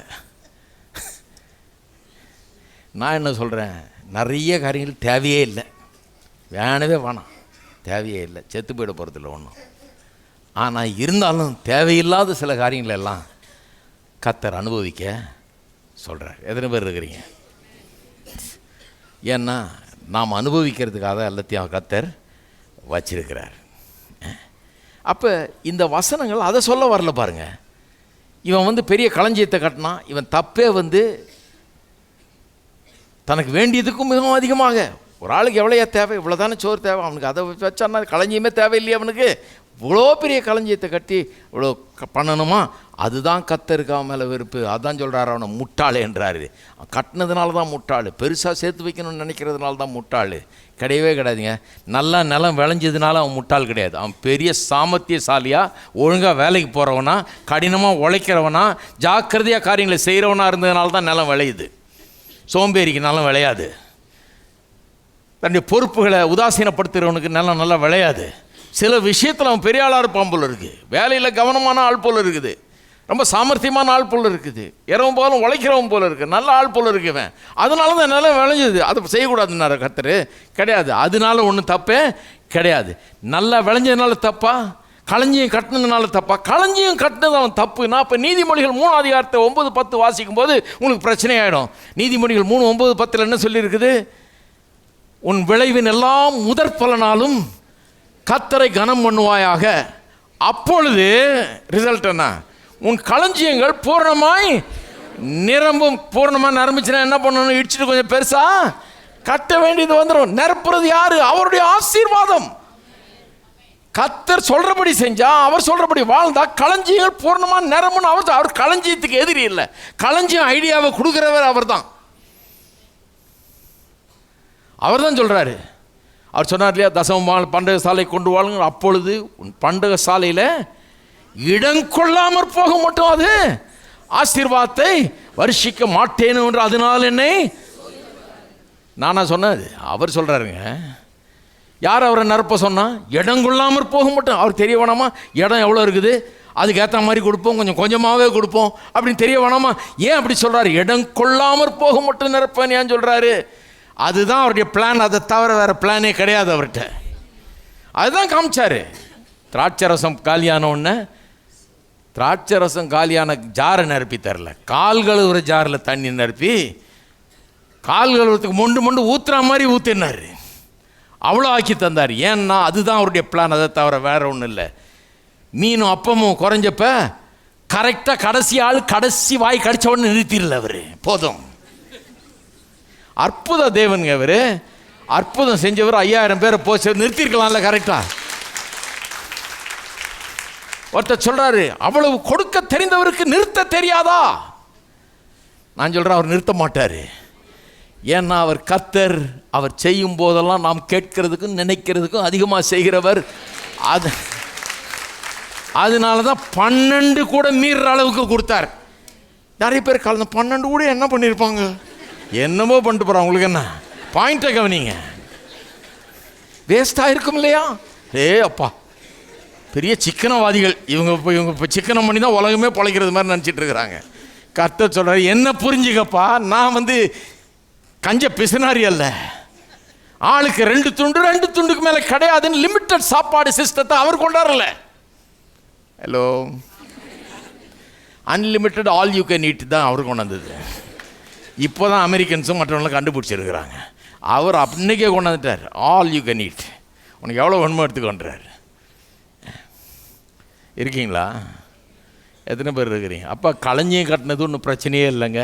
களஞ்சியம் கட்டினது பிரச்சனை இல்லைன்னா அப்புறம் அவர் களஞ்சியத்தை நிரப்புறது பிரச்சனையாச்சு. அவர் பாவம் செய்த மாதிரி ஆகிடும். அவர் எப்படி களஞ்சியத்தை நிரப்பலாம்? களஞ்சியத்தை கட்டினவன முட்டாள்னாரு. அப்புறம் எப்படி களஞ்சியத்தை நிரப்பலாம்? அவர் ஆலயத்தில் அப்படி திராட்சரசம் புரண்டோட பண்ணலாம் கூடாது. வேத வசனத்தை அதனால தான் பகுத்து அறிய வேணும்னு சொல்லி. என்ன சொல்ல வருதுங்க? அவன் கட்டினதே தப்பு இல்லை. இவனுடைய ஏன் இவன் முட்டாள்? ஏன் முட்டாள்னா, நல்லா கவனிங்க, அவனுடைய வாழ்க்கை விஷனே தப்பு. மனுஷ வாழ்க்கையை குறித்து அவனுடைய ஐடியாவே தப்பு. அவன் என்ன நினைக்கிறான்? பணம் மட்டும் இருந்துட்டா போதும். That's the end of the road. I have everything. நிறைய பணம் இருந்துட்டா வேற எதுவுமே தேவையில்லைன்னு நினைக்கிறான். அவனை நானும் சொல்கிறேன் முட்டாள்னு, வடிகட்டின முட்டாள் அவன். அதைத்தான் சொல்ல வர்றாரு. இது ஏன் சிம்பிளாக புரியலன்னு தெரியல. ரொம்ப ஈஸியாக புரிஞ்சு கொள்ள வேண்டிய விஷயம். அதைத்தான் மோலே சொல்லிட்டார். ஒருவனுக்கு திரளான ஆஸ்தி இருந்தாலும் அது அவனுக்கு ஜீவன் அல்ல. எவ்வளோ நிறைய இருந்தாலும் அது அவனுக்கு ஜீவன் அல்ல. சில மக்கள் அப்படிப்பட்ட ஒரு ஃபிலாசபியோட வாழ்கிறாங்க. எப்படிப்பட்ட ஒரு தப்பான ஃபிலாசபி பாருங்க. ஒன்றும் இல்லை, பணம் இருந்துடணும், இருந்துட்டா வேற எதுவுமே தேவையில்லை. குறிக்கோளே பணம் தான். அவங்களுடைய உழைப்பு எல்லாம் பணத்தை சம்பாதிக்கணும், சம்பாதிச்சு சேர்க்கணும், சேர்த்ததை மூட்டை கட்டினதில் உட்காந்துக்கணும். எவனுக்கும் ஈரக்கூடாது. இங்கிலீஷில் சொல்லுவாங்க, get all you can all you get and sit on your can. Get all you can all you கெட்னா கேனில் போட்டு அடைக்கிறது, கேன் பண்ணுறது. அப்புறம் சிட் ஆன் யுவர் கேன், எவனுக்கு தூக்கிட்டு போடாது பத்திரமா அதுலேயே உட்காந்துக்க. நிறைய பேர் அதான் பண்ணியிருக்கிறாங்க. Get all you can all you get and sit on your can தான் அவங்க ஃபிலாசபி. வாழ்க்கை ரொம்ப ஸ்மார்ட் நினைப்பு. பத்திரமா பார்த்துக்க, பதுக்கிடு, ஒழிச்சிரு, சேர்த்துரு. இது பண்ணிட்டு நான் எதை பற்றியும் கவலைப்பட வேணாம். இதுதான் மெயின். இது இருந்தால் போதும், வாழ்க்கையில் எதுவுமே தேவையில்லை. கர்த்தர் சொல்கிறார், அப்படிப்பட்ட ஆளை பார்த்து முட்டாள் என்றார்.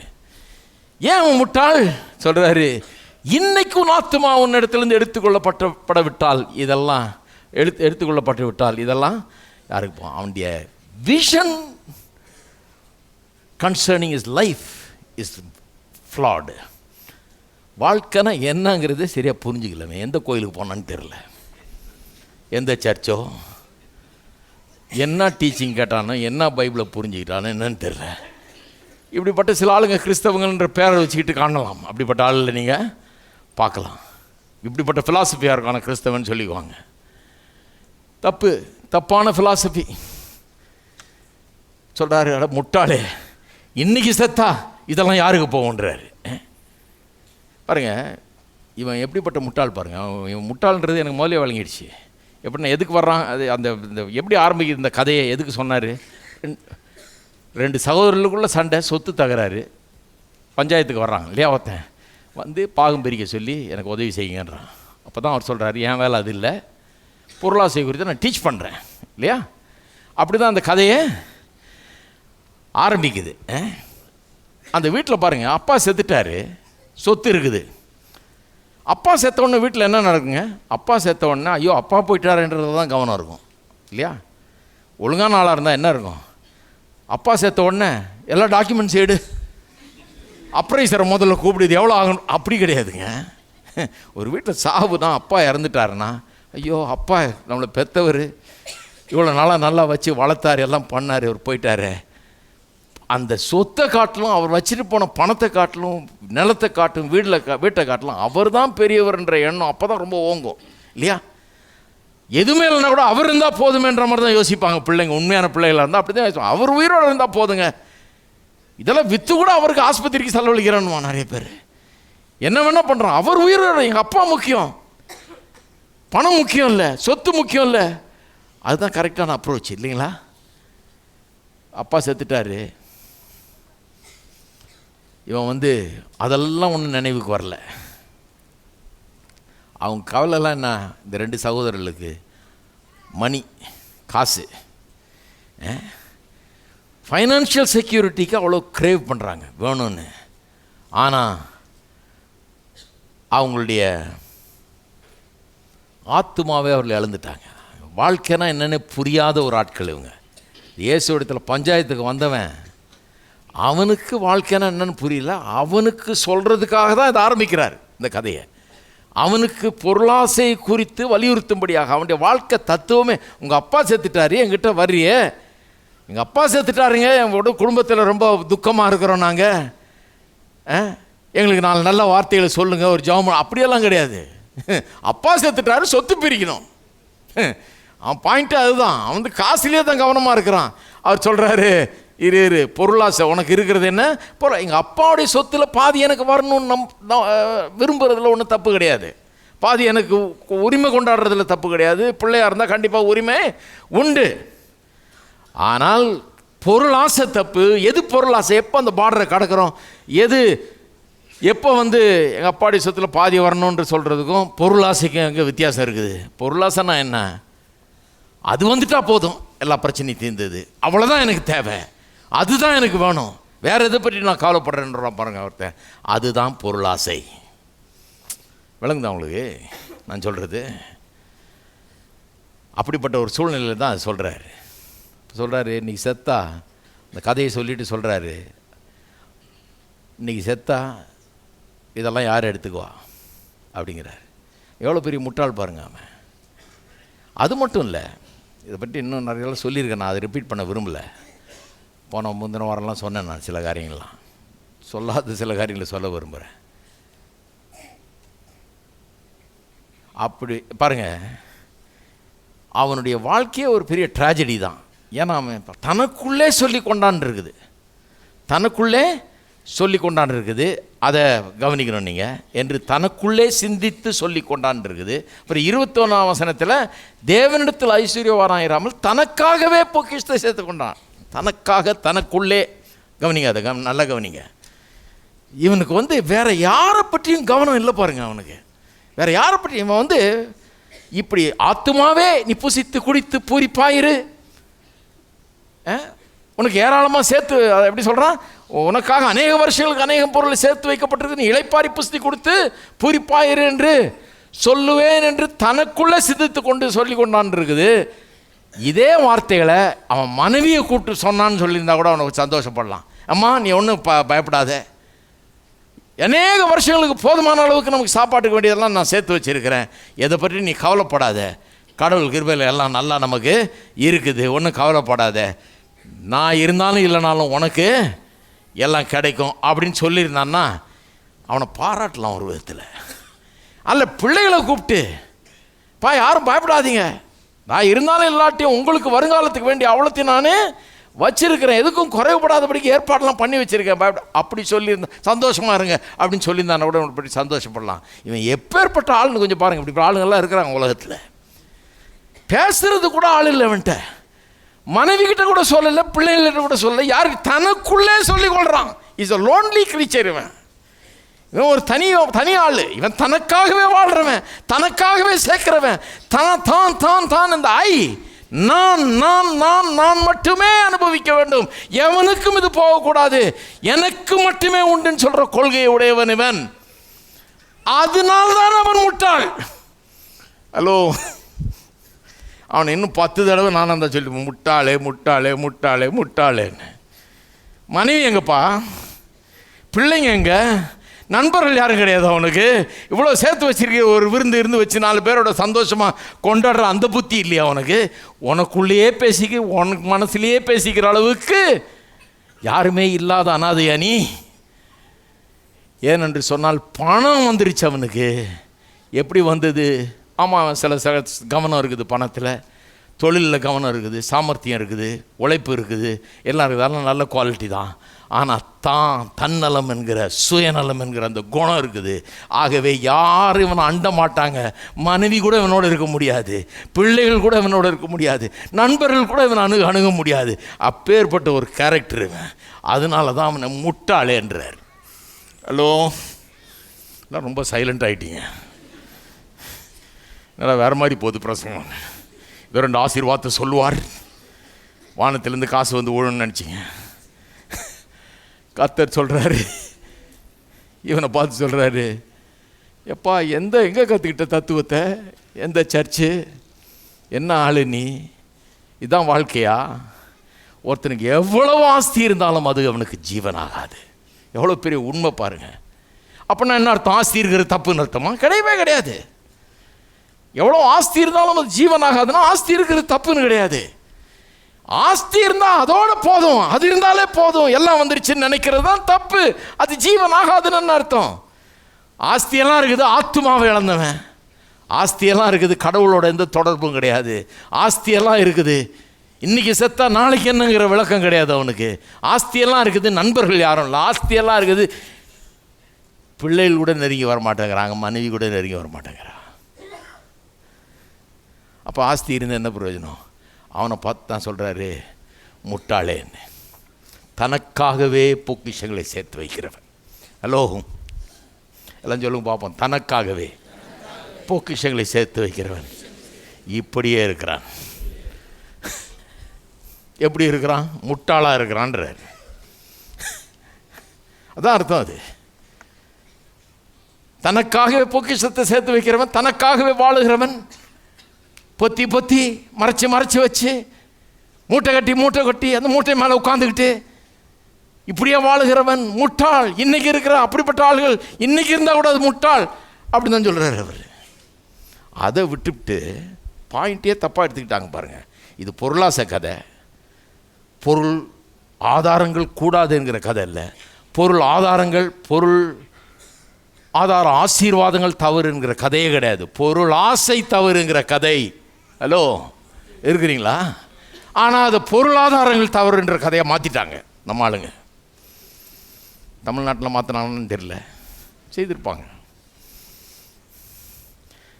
தப்பு. அவரே சொல்கிறார், பொருளாசை குறித்து ஒரு கதையை சொல்கிறார் அப்படின்னு தான் சொல்லி ஆரம்பிக்கிறார்.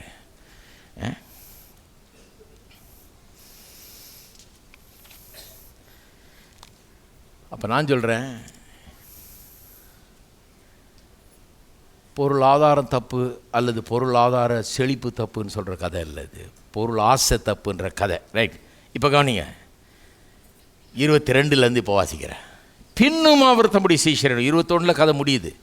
கதை முடிச்சுட்டு இப்போ அப்படியே கண்டினியூ பண்ணுறாரு, இன்னும் கண்டினியூ பண்ணுறார். பின்னும் அவர் தம்முடைய சீஷரை நோக்கி இப்படி இருக்கிறபடினால், இந்த கண்டினியூவேஷன் இது. இப்போ கதையை சொல்லியாச்சு, ஐஸ்வர்யவானாகிய முட்டாள் கதையை சொல்லியாச்சு. சொல்கிறார் இப்படி இருக்கிறபடினால். அப்படின்னா என்ன அர்த்தம்? பொருளாசை கூடாது, இந்த மாதிரி முட்டாள் மாதிரி இருக்காதீங்க, இப்படி எவனாவது இருந்தான்னா அவனும் முட்டாள், அதெல்லாம் சொல்லிட்டு சொல்கிறார் இப்படி இருக்கிறபடினால்.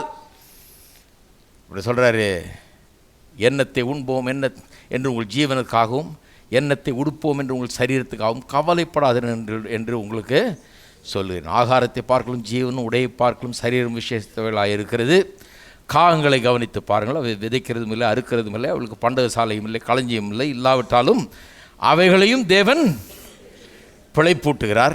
பறவைகளை பார்க்கலும் நீங்கள் எவ்வளவோ விசேஷத்தவர்களாக இருக்கிறீர்கள். கவலைப்படுகிறதுனால் உங்கள் எவன் தன் சரீர அளவோடு ஒரு முளத்தை கூட்டுவான்? மிகவும் அற்பமான காரியம் முதலாய் உங்களால் செய்யக்கூடாது இருக்க மற்றவர்களுக்காக நீங்கள் கவலைப்படுகிற, உங்களால் சின்ன விஷயம் கூட செய்ய முடியாது, பெரிய காரியத்துக்காக ஏன் கவலைப்படுறேன்றார். கவலைப்படுகிறது என்ன? காட்டு புஷ்பங்கள் எப்படி வளர்கிறது என்று கவனித்து பாருங்கள், அவைகள் உழைக்கிறதும் இல்லை, நூற்கிறதும் இல்லை என்றும் சாலமோன் முதலாய் தன் சர்வ மகிமையிலும் அவைகள் ஒன்றைப் போலாகிலும் உடுத்தியிருந்ததில்லை என்று உங்களுக்கு சொல்லுகிறேன். இப்படி இருக்க அற்ப விசுவாசிகளே, இன்றைக்கு காட்டிலிருந்து நாளைக்கு அடுப்பில் போடப்படுகிற புல்லுக்கு தேவன் இவ்விதமாக உடுத்துவித்தால் உங்களுக்கு உடுத்துவிப்பது அதிக நிச்சயம் அல்லவா? ஆகையால் எண்ணத்தை உண்போம் எண்ணத்தை குடிப்போம் என்று நீங்கள் கேளாமலும் சந்தேகப்படாமலும் இருங்கள். இவைகளெல்லாம் உலகத்தார் நாடி தேடுகிறார்கள், இவைகள் உங்களுக்கு வேண்டியவில்லை என்று உங்கள் பிதாவானவர் அறிந்திருக்கிறார். தேவனுடைய ராஜ்யத்தையே தேடுங்கள், அப்பொழுது இவைகளெல்லாம் உங்களுக்கு. இதைத்தான் அவன் மிஸ் பண்ணிட்டான். அவன் தேவனுடைய ராஜ்யத்தை சுத்தமாக தேடலைங்க. எதை தேடினான்? காசு பணத்தை தேடினான். காசு பணம் கிடைச்சா எல்லாம் கிடைச்சிட்டதாக நினச்ச அப்படிப்பட்ட ஒரு தவறான எண்ணம். கர்த்தர் சொல்கிறார் அவனை முட்டாளேன்றாரு. இப்போ நான் சொல்லுகிறேன், இந்த வசனங்களெல்லாம் வாசிக்கும்போது இந்த வசனங்கள்லாம் எதை குறித்தது? நம்முடைய தேவையில் கர்த்தர் எப்படி சந்திக்கிறார் என்பது குறித்தது. உங்களுக்கு ஒன்றும் குறைவுபட மாட்டீங்க, இவைகள் எல்லாம் உங்களுக்கு கூட கொடுக்கப்படும் அப்படின்றார். இவைகளெல்லாம் கூட உங்களுக்கு ஒரு குறைவும் இருக்காதுன்றார். தேவையிலெல்லாம் சந்திக்கப்படுறதா பற்றி தான் சொல்கிறார். இவர் கொடுத்தாருனாலே எப்படி கொடுப்பார்? ஏதேன் தோட்டத்தில் எப்படி கொடுத்தாரோ அப்படி தான் கொடுப்பார். ஹலோ, இவர் கொடுத்தா அந்த லெவலில் தான் கொடுப்பார். கானான் தேசத்துக்கு கொண்டு போய் எப்படி பாலும் தேனும் ஓடுற தேசத்தில் விட்டாரோ அது மேலே தான் விடுவார். எத்தனை பேர் இருக்கிறீங்க? நாம் பிள்ளைகளை கடைக்கு கொண்டு போனால் நமக்கு பாக்கெட்டில் இருக்கிற காசின் படி தான் நம்ம கொடுப்போம். பில் கேட்ஸ் கொண்டு போனால் அவருக்கு பாக்கெட்டில் இருக்கிற காசின் படி தான் அவர் பணத்தை, பையன் இந்த கடையே எனக்கு பிடிக்குது வாங்கி கொடுத்துருங்க மாலையே அப்படின்னாலும் சரின்னு வாங்கி கொடுத்தாலும் கொடுப்பார் அவர், முடியும், ஏன்னா அவ்வளோ காசு இருக்குது. ஆனால் இவர் பில் கேட்ஸோட பெரிய ஆள். தேவனுடைய ராஜ்யத்தையே தேடுங்கள், இவளெல்லாம் உங்களுக்கு கூட கொடுக்கப்படும் சொன்னால், நான் சொல்லுகிறேன், இந்த பாலும் தேனும் ஓடுற தேசத்துக்கு சொந்தக்காரர் இவர், ஏதேன் தோட்டத்தை உண்டாக்குனவர். அந்த விதத்தில் தான் உங்களுக்கு தேவையை சந்திப்பார். டொமினியன், டிக்னிட்டி, டிலைட்டை தவிர வேறு எந்த பிளானும் காத்திருக்கு கிடையாது. புதிய ஏற்பாட்டிலையும் அதைத்தான் போதிக்கிறார் என்கிறேன், வேறு எதுவுமே கிடையாது. இன்னொரு கதைக்கு திருப்புங்க. 16 ஏழை லாசரு நிறைய தடவை பார்த்துட்டு வாங்க இல்லையா? ஏழை லாசரு, ஆனால் ஒன்றே ஒன்று சுட்டி காட்டுறாரு, சொல்லாத காரியம் ஒன்று சுட்டி காட்டுறது. ஏழை லாசரு பணக்காரன், ஐஸ்வர்யவான், பிச்சை எடுத்துக்கிட்டே இருக்காங்க. வேலையிலேருந்து விழுமான்னு பார்க்குறான். அவன் ரொம்ப சம்பரமாக வாழ்ந்துக்கிட்டு இருக்கிறான், ஓஹோன்னு வாழ்ந்துக்கிட்டு இருக்கிறான். 2 பேரும் சாகிறாங்க. செத்த உடனே ஏழை இதுக்கு போயிடுறான், எங்கே பரலோகம் போயிடுறான். பணக்காரன் பாதாளத்துக்கு போகிறான். பாதாளத்துலேருந்து அவன் கூப்பிடுறான். ஆபிரகாம் மடியில் உட்கார்ந்துருக்கிற லாசருவை பார்த்து ஆபிரகாம்கிட்ட சொல்கிறான், லாசருவின் விரல் நுண்ணியை தோச்சி என் விரல் என்னுடைய நாக்கில் கொண்டு வைக்கட்டும், இங்கே கொடிய வேதனைப்படுகிறேனேன்றான். அவர் சொல்கிறார், முடியாது, இங்கேருந்து அங்கே போக முடியாது, அங்கேருந்து இங்கே வர முடியாது, பெரிய பிளவு இருக்குதுன்றாரு. அப்புறம் சொல்கிறான், சரி வர முடியலன்னா என்கிட்ட 5 சகோதரர்கள், என் சகோதரர்கள் இருக்கான், அவனு இந்த வேதனைப்படுற இடத்துக்கு வந்துடக்கூடாது பாதாளத்துக்கு, அவங்களுக்கு சொல்லும்படி லாசருவை அனுப்புகிறான். அவர் சொல்கிறாரு, இல்லை அவர்களுக்கு நியாயப்பிரமாணம் தீர்க்கதரிசிகள் உண்டு. அப்படின்னா என்ன அர்த்தம்? பழைய ஏற்பாடு இருக்குது, வாசிக்க சொல்லுன்றார். வாசித்தாலே விளங்கிடும், இவன் போய் ஒன்று சொல்ல வேண்டியதில்லைன்றான். அவன் சொல்கிறான், இல்லை தகப்பன் ஆபிரகாமே அப்படி இல்லை, செத்தவன் ஒரு உயிரோடு எழுந்து போய் சொல்கிறான்னா இன்னும் அதிகமாக நம்புறதுக்கு ஏதுவாக இருக்கும். இவர் சொல்கிறாரு, நியாயப்பிரமாணத்தை மோசேயும் தீர்க்கதரிசினையும் விசுவாசிக்கலைன்னா அவன் செத்தவன் உயிரோடு போனாலும் விசுவாசிக்க மாட்டான் போன்றார். இதுதான் கதை இல்லையா? ஆனால் இந்த கதை எந்த சந்தர்ப்பத்தில் சொல்கிறாருன்றதை மட்டும் சுட்டி காண்பிக்கிறேன் நான். 14ஆம் வசனம் பாருங்கள். 16ஆம் அதிகாரம் 19 அந்த கதை ஆரம்பிக்குது. ஆனால் இதனுடைய கான்டெக்ஸ்ட் என்னன்னா, 16ஆம் அதிகாரம் முதல்ல ஒரு கதை சொல்கிறாரு, அநீதியுள்ள உக்ரானக்காரன், எஜமான ஏமாத்தின ஒரு மேனேஜரை பற்றி. எஜமான ஏமாத்தின ஒரு மேனேஜர், அதுவும் பொருளாதாரத்தை பற்றி கதை தான். அவனும் பொருளாதாரத்தை பற்றி தவறான கருத்து உள்ளவன். அப்புறம் தன்னுடைய கருத்தை தவறென்று உணர்ந்து திருந்தினவன். அதை பற்றி ஒரு கதை சொல்லிட்டு, பொருளாதார கதை தான் அது. அது அடுத்த தடவை டீல் பண்ணுறாது. அதை சொல்லிட்டு முடிக்கும்போது இங்கே காமெண்ட்டு கவனிங்க. 14ஆம் வசனம் முடிக்கும்போது 13, எந்த ஊழியக்காரனும் 2 எஜமான்களுக்கு ஊழியம் செய்யக்கூடாது. அந்த கதையினுடைய முடிவு இது. எது? அந்த ஏமாத்தினவன் எஜமான் இருக்கானே, இது மேனேஜர் இருக்கானே, அவனை பற்றிய கதையை சொல்லிவிட்டு அவன் எப்படி திருந்தனா, அவன் எப்படி பாராட்டினாங்கன்னு சொல்லிவிட்டு, எந்த ஊழியக்காரனும் 2 எஜமான்களுக்கு ஊழியம் செய்யக்கூடாது. ஒருவனை பகைத்து மற்றவனை சிநேகிப்பான், அல்லது ஒருவனை பற்றி கொண்டு மற்றவனை அசட்டை பண்ணுவான். தேவனுக்கும் உலக பொருளுக்கும் ஊழியம் செய்ய உங்களாலே கூடாது என்றார். இவைகளை எல்லாம் இப்போ கவனிங்க, பொருளாசைக்காரராகிய பரிசேயரும் கேட்டு அவரை, விஷயமே இங்கே தான் இருக்குது. இந்த ஏழை லாசரு கதையை புரிஞ்சு கொள்ளணும்னா யாருமே அந்த முயற்சி எடுக்கிறது இல்லை. பாருங்கள், எதுக்காக சொன்னார்ன்றதே கவனிக்கிறது இல்லை. பரிசேயர் அங்கே இருந்துக்கிட்டு இவர் பொருளாசையை குறித்து சொன்ன கருத்தை கேட்டு, அந்த முதல் கதையை வாசித்து பாருங்கள், நீங்கள் அடுத்த வாரம் கவர் பண்ணுறேன் நான். அதை கேட்டுட்டு பரியாசம் பண்ணுறாங்க, இவரை சிரிக்கிறாங்க இவர் சொன்னதை வச்சுக்கிட்டு. அந்த சிரித்த உடனே அதுக்கு தான் ஓமையை சொல்கிறார். இவர் ஓமை சொன்னாலே கொஞ்சம் ஜாக்கிரதையாக இருக்கணும், பலாருன்னு 2 கொடுக்க போகிறாருன்னு அர்த்தம். ஓமையை சொல்ல போன வாரம் சொன்னேன் இல்லையா, ஓமையை சொன்னார்னாலே அட முட்டாளே அப்படின்னு சொல்கிறதுக்கு பதிலாக கதையை சொல்லி அப்படி சொல்கிறது முட்டாளேன்னு. நேராக சொன்ன கோவம் வந்துடும்னு இன்டைரக்டாக சொல்கிறது. அதுக்கு தான் அந்த ஓமையெல்லாம் பயன்படுத்துகிறார் நிறைய நேரங்களில். அப்படிப்பட்ட ஒரு ஓமை. இந்த ஓமையை சொல்லும்போது அந்த ஐஸ்வர்யவானை பற்றி சொல்கிறார், பாதாளத்துக்கு போன ஐஸ்வர்யவானை பற்றி. அவனை யாருக்கு ஒப்பனையாக சித்தரிக்கிறார் தெரியுமா? இந்த பொருளாசை கதையை கேட்டு இவரை பார்த்து சிரித்தாங்களே, அந்த பரிசேரை சித்தரிக்கும்படியாக அவனை பயன்படுத்துகிறார். அந்த பணக்காரனை பயன்படுத்துகிறார். அவன் தான் பாதாளம் போகிறான், அங்கேருந்து கதறான், ஒரு சொட்டு தண்ணி வேணும்னு. ஏன் அப்படி சொல்கிறாரு? இந்த பரிசேயர்கள்லாம் பணக்காரர்கள், ஆனால் சரியான பணக்காரர்கள் கிடையாது. மற்றவர்களை ஒதுக்குகிறவர்கள், கண்டனம் பண்ணுகிறவர்கள். அவன் வேசி, இவன் வரிய சொல்லிக்கிறவன், அவன் கெட்டவன், இவன் அயோக்கியன், இவன் நல்லவன் இல்லை, இவன் என் வீட்டுக்குள்ளே வரக்கூடாது. உட்காந்து ஒரு நாள் சாப்பிட்டுட்டு இருக்கிறாரு, ஒருத்தி அந்த ஆயின்மெண்ட்டை ஊற்றி இவரை அபிஷேகம் பண்ணி இவரை வணங்குகிறாள். சொல்கிறான், இவர் ஒரு தீர்க்கதரிசினா அவன் யாருன்னு தெரியாதா, அவன் என்ன கேரக்டர்னு தெரியாதா? இப்படிப்பட்ட ஆட்கள் ஜனங்களை looking down upon them with their nose. இவங்க என்னமோ பெரிய யோக்கியர்கள் மாதிரியும் மற்றவர்கள்லாம் அயோக்கியர்கள் மாதிரியும் தாங்கள் தான் பரிசுத்தோன்னு தான் ஃபேரசினால் அந்த வார்த்தையிலே வருது. ஹவு ஃபேர் ஐ சி, கண்ணாடியை பார்த்து தினந்தோறும் சொல்லிக்கோணுங்க போல இருக்குது. எவ்வளோ அழகாக இருக்கிறேன் நான், மற்றவங்களாம் அசிங்கமாக இருக்காங்க, நான் தான் ரொம்ப. அதான் ஃபேரசி, தன்னுடைய சுய நீதியை பாராட்டி கொள்கிறவன் அவன். மற்றவங்களாம் அயோக்கியன், இவன் தான் யோக்கியன்ற மாதிரி ஆள். அவர்களுக்காக தான் அந்த கதையை சொல்கிறாரு. இந்த கதையில் அந்த பணக்காரன் நல்லா வாழ்ந்தான் இருக்குது. அவன் எப்படி வாழ்ந்தான்றதை சொல்லியிருக்குது. ரத்தாம்பரம் விலையேறப்பெற்ற வஸ்திரமும் தரித்து அனுதினமும் சம்பரமாய் வாழ்ந்து கொண்டிருந்தான் அப்படின்னு இருக்குது. மேஜையிலிருந்து விழுந்த துணிக்கைகளை தன் பசியை ஆற்ற இந்த பிச்சைக்காரன் ஆசையாக இருந்தான் லாசரு இப்படின்னு இருக்குது. அவன் மேஜையில் உட்காந்து சாப்பிட்டது தப்பா? அவன் ரத்தாம்பரம் விலையேறப்பெற்ற வஸ்திரமும் தரித்தது தப்பா? அனுதினமும் சம்பரமாய் வாழ்ந்தது தப்பா? நல்ல சாப்பாடு சாப்பிட்டது தப்பா? நல்ல சட்டை உடுத்தினது தப்பா? நல்ல மேஜையில் உட்காந்து சாப்பிட்டது தப்பா? அவனுக்கும் இவனுக்கும் என்ன கான்ட்ராஸ்ட்? அவன் மேஜையில் உட்காந்து சாப்பிட்டான், அவன் வாசலில் கடந்தான். இதுதான் வித்தியாசமா? அது தப்பு, இது கரெக்டா? நான் ஒருத்தர் கேட்ட, அவர் சொல்கிறார், இல்லைங்க அதுதான் சொல்ல வர்றாரு அவர். இப்படி இருக்கிறவங்களாம் உருப்பட மாட்டானாக்கும். அப்போ நீ ஏன் அங்கே வாசலில் கடந்து சாப்பிடலன்னு கேட்டேன்.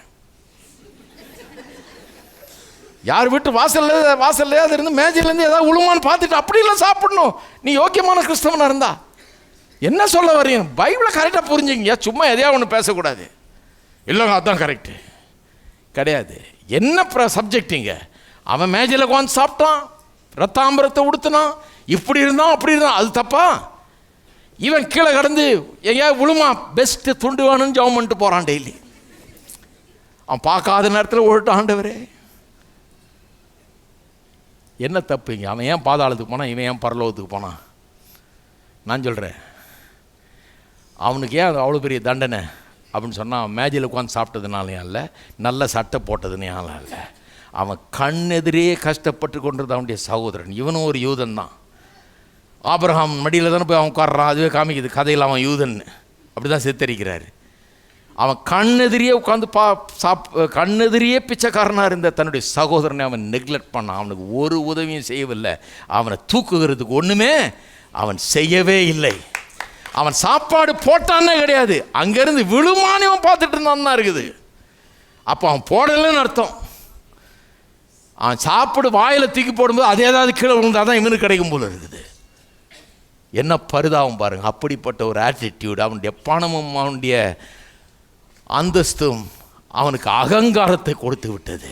தன்னுடைய கண்ணெதிர்க்கே இருக்கிற தன்னுடைய சகோதரன், இன்னொரு ஆபிரகாமின் குமாரன் பிச்சைக்காரனாக இருப்பதை நெக்லெக்ட் பண்ணுகிறான். அவனுக்கு ஒன்றுமே செய்யலை. பழைய ஏற்பாட்டில் பொருளாதார சட்டத்திட்டங்கள்லாம் பாருங்கள். எல்லா சட்டத்திலும் எது அடிப்படையில் இருக்குது? அவர் சொல்கிறார், நீ அடிமையாக இருந்தால் உன்னை வெளியே கொண்டு வந்தேன் எகிப்திலிருந்து, நீ அவனையும் அடிமைப்படுத்தாத, உன்னுடைய சகோதரனை அடிமைப்படுத்தாத, அடிமையாக வைக்காத. நீ அவன் கடன் வாங்கி அவனால் கொடுக்க முடியலன்னா 7ஆம் வருஷம் கடனை மன்னிச்சிருன்றாரு. கடனை மன்னிச்சிரு. ஏன்னா அவன் எப்படி வேலை வருவான், கடன்லேயே முழுகிடுவானே. பாவம், அவனுக்கு ஒரு பிரேக் கொடு, அவனையும் கொண்டோட கொஞ்சம் மேலே தூக்கு, கடனை மன்னின்றாரு. 50ஆம் வருஷம் அவனுடைய நிலத்தையும் வீட்டையும் திரும்பி கொடுன்றாரு. எவனும் வீடையும் இழக்க முடியாது, நிலத்தையும் இழக்க முடியாது, சொத்தை இழக்க முடியாதுன்ற மாதிரி ஒரு எக்கனாமிக் சிஸ்டம் லாஸை உண்டு பண்ணி வச்சிருந்தார் கர்த்தர். ஏன்னா அவரே சொல்கிறாரு உபாகமம் 15 நாளில், உங்களில் ஒருவனும் எளியவன் இல்லாதிருப்பானாக, தரித்திரன் ஒருவனும் இல்லாதிருப்பானாக. காட்ஸ் விஷன், கடவுளுடைய விஷன் அதான், அவருடைய தரிசனம் அதான். ஓராள் கூட தரித்திரனாக இருக்கக்கூடாது. ஓராள் கூட தரித்திரம் இருந்தாலும் இஸ்ரவேலில் பிச்சைக்காரர்கள் இருந்தாங்க. ஏன்னா இவன் தரித்திர புத்தி. அப்படி இந்த பணக்கார மாதிரி நிறைய பேருக்கு புத்தி, கர்த்தருடைய கட்டளைகளை கவனிக்கிறது இல்லை, இன்னொருத்தனை எப்படி லிஃப்ட் பண்ணுறதுன்றதை கவனிக்கிறது இல்லை. கிறிஸ்டியானிட்டியுடைய சோஷியல் ஒர்க்கினுடைய அடிப்படையே இதுதான். மற்றவர்களை நாம் எண்ணி பார்க்குறோம். இன்னும் கேட்டால் கிறிஸ்டியன்ஸு அவங்க யூதர்களை பற்றி அங்கே சொல்லியிருக்குது, மனு வர்க்கத்தையே நாம் எண்ணி பார்க்குறோம். எந்த ஜாதி ஜனம் குலம் மதத்தை சேர்ந்தவர்களாக இருந்தாலும் சரி, அவர்கள் கஷ்டப்படும் போது கிறிஸ்தவர்களாகிய நாம் எண்ணி பார்க்குறோம். எவனுமே கஷ்டப்படக்கூடாது, எவனுமே கீழே கிடக்கூடாது. அந்த கீழே கிடக்கிறவனை தூக்குறதுக்காக அவனுக்கு ஒரு படிப்பை தர முடியுமா, அவனுக்கு ஒரு சட்ட துணியை தர முடியுமா, அவனுக்கு ஏதாவது ஒரு காலேஜ் எஜுகேஷனை தர முடியுமா, ஒரு வேலையை தர முடியுமா, ஒரு தொழிலை கற்று தர முடியுமா அப்படின்னு ஏன் பார்க்குறோன்னா, அது நம்முடைய ஆப்ளிகேஷன். கடவுள் நம்ம பாலும் தேனும் ஓடுற நலமும் விசாலமான ஒரு இடத்துக்கு கொண்டு வந்து இருக்கிறாரு. கிறிஸ்துவுக்குள்ள கொண்டு வந்து ஆசீர்வதிச்சிருக்காரு. எதுக்காக? நான் நல்லா இருக்கிறேன்னு சொல்கிறதுக்காக அல்ல, மற்றவனையும் என்னோட கூட சேர்ந்து வாழ வைக்கும்படியாக, அவர்களை தூக்கும்படியாக, அவர்களுக்கு உதவும்படியாக, கை நீட்டும்படியாக. அவனுடைய பாவம் அவன் எல்லாத்தையும் அனுபவிச்சான்றது பாவம் இல்லை, அவன் கையற்ற தூரத்தில் இருந்து அந்த பிச்சைக்காரனுக்கு உதவி செய்யாமல் இருந்தானே, அதுதான் தவறு. தினந்தோறும் அவனை லாசருன்னு பேர் சொல்லி அழைக்கிற அளவுக்கு அவனுக்கு தெரியுது. தெரியாதவன் சொல்ல முடியாது. உலகத்தில் இருக்க எல்லா ஏழைகளுடைய தேவைக்கும் நம்மளுக்கு கொடுக்க சொல்ல, நமக்கு எட்டுற தூரத்தில், நமக்கு அருகாமையில், நமக்கு வேண்டிய விதத்தில் இருக்கிற அந்த கஷ்டப்படுகிறவர்களுக்கு கையை நீட்ட சொல்கிறார் கர்த்தர். அவரவர் அப்படி பண்ணாலே எல்லாம் மேலே வந்துடுவாங்க. எத்தனை பேர் இருக்கிறீங்க? அப்போ அப்படி கையை நீட்டணுன்னா முதல்ல நம்ம நல்லா இருக்கணும். ஹலோ, எல்லாரும் உளையான சேட்டில் இருக்கிற மாதிரி இந்த ஒருத்தனை தூக்க பார்த்தா எல்லாம் சேர்ந்து உள்ளே போயிடுவோம். நம்ம நல்லா இருந்தால் தானே அவனுக்கு கையை கொடுக்குறது. இந்த கதையை எடுத்து என்ன பண்ணிட்டாங்க, அவன் பணக்காரன், அவன் நரகம் போனான், ஏழை பரலோகம் போனான். கதையை கவனிங்கயா. பணக்காரன்றதுனால அவன் பரலோகம் இது ஏழை, இப்போ இது நரகம் போலங்க. இவன் ஏழைன்றதுனாலும் பரலோகம் போல. சில சொல்கிறாங்க ஏழைகளெல்லாம் பாருங்கள் கடைசியில் நடக்க போகிறது இதுதான். ஒருத்தர் சொல்கிறாரு, கர்த்தர் பிளேட்டை திருப்புவார், ஏழைகள்லாம் பணக்காரலாம் ஆவார்கள், பணக்காரலாம் ஏழை ஆவார்கள். எங்கேயா இருக்குது? லாசரு கதையில் இருக்கின்றார். ஏழை பணக்காரன் ஆகிட்டான், பணக்காரன் ஏழை ஆகிட்டான் பாருங்க என்னாரு. நான் சொன்னாங்க, இந்த ஏழை பணக்காரன் ஆனானே எங்கே போய் உட்கார்ந்தான்? ஆபிரகாம் மடியில். அவன் யார்? அவன் பணக்காரன். அவன் எப்படி அங்கே போனான்? லாசருக்கு ஆச்சரியமாக இருந்திருக்கும். ஏன்னா அவன் போன சர்ச்சில் சொல்லியிருக்காங்க நீ பணக்காரன் இருந்தால் போக மாட்டேன்னு. அதனால தான் அவன் ஏழையாக இருக்க தீர்மானிச்சிட்டான் போல இருக்கு. அங்கே போய் அவன் ஆபிரகாம்கிட்ட கேட்டிருப்பான், எப்படி நீர் வந்தீர்?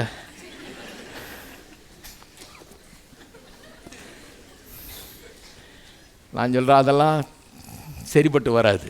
எல்லாம் ஓவர் சிம்பிளிஃபிகேஷன் தப்பு. அவன் பணக்காரன் அங்கே இருக்கிறானே, பணக்காரன் தேவனுடைய ராஜ்யத்தில் போவது அரிது, அரிது தான். அவன் போயிருக்கானே. கத்தரை நம்பினா போகலாம், கத்தரால் கூடாத காரியம் ஒன்று இல்லைன்றது அங்கே தான் இருக்குது. அதே இதில் தான் இருக்குது.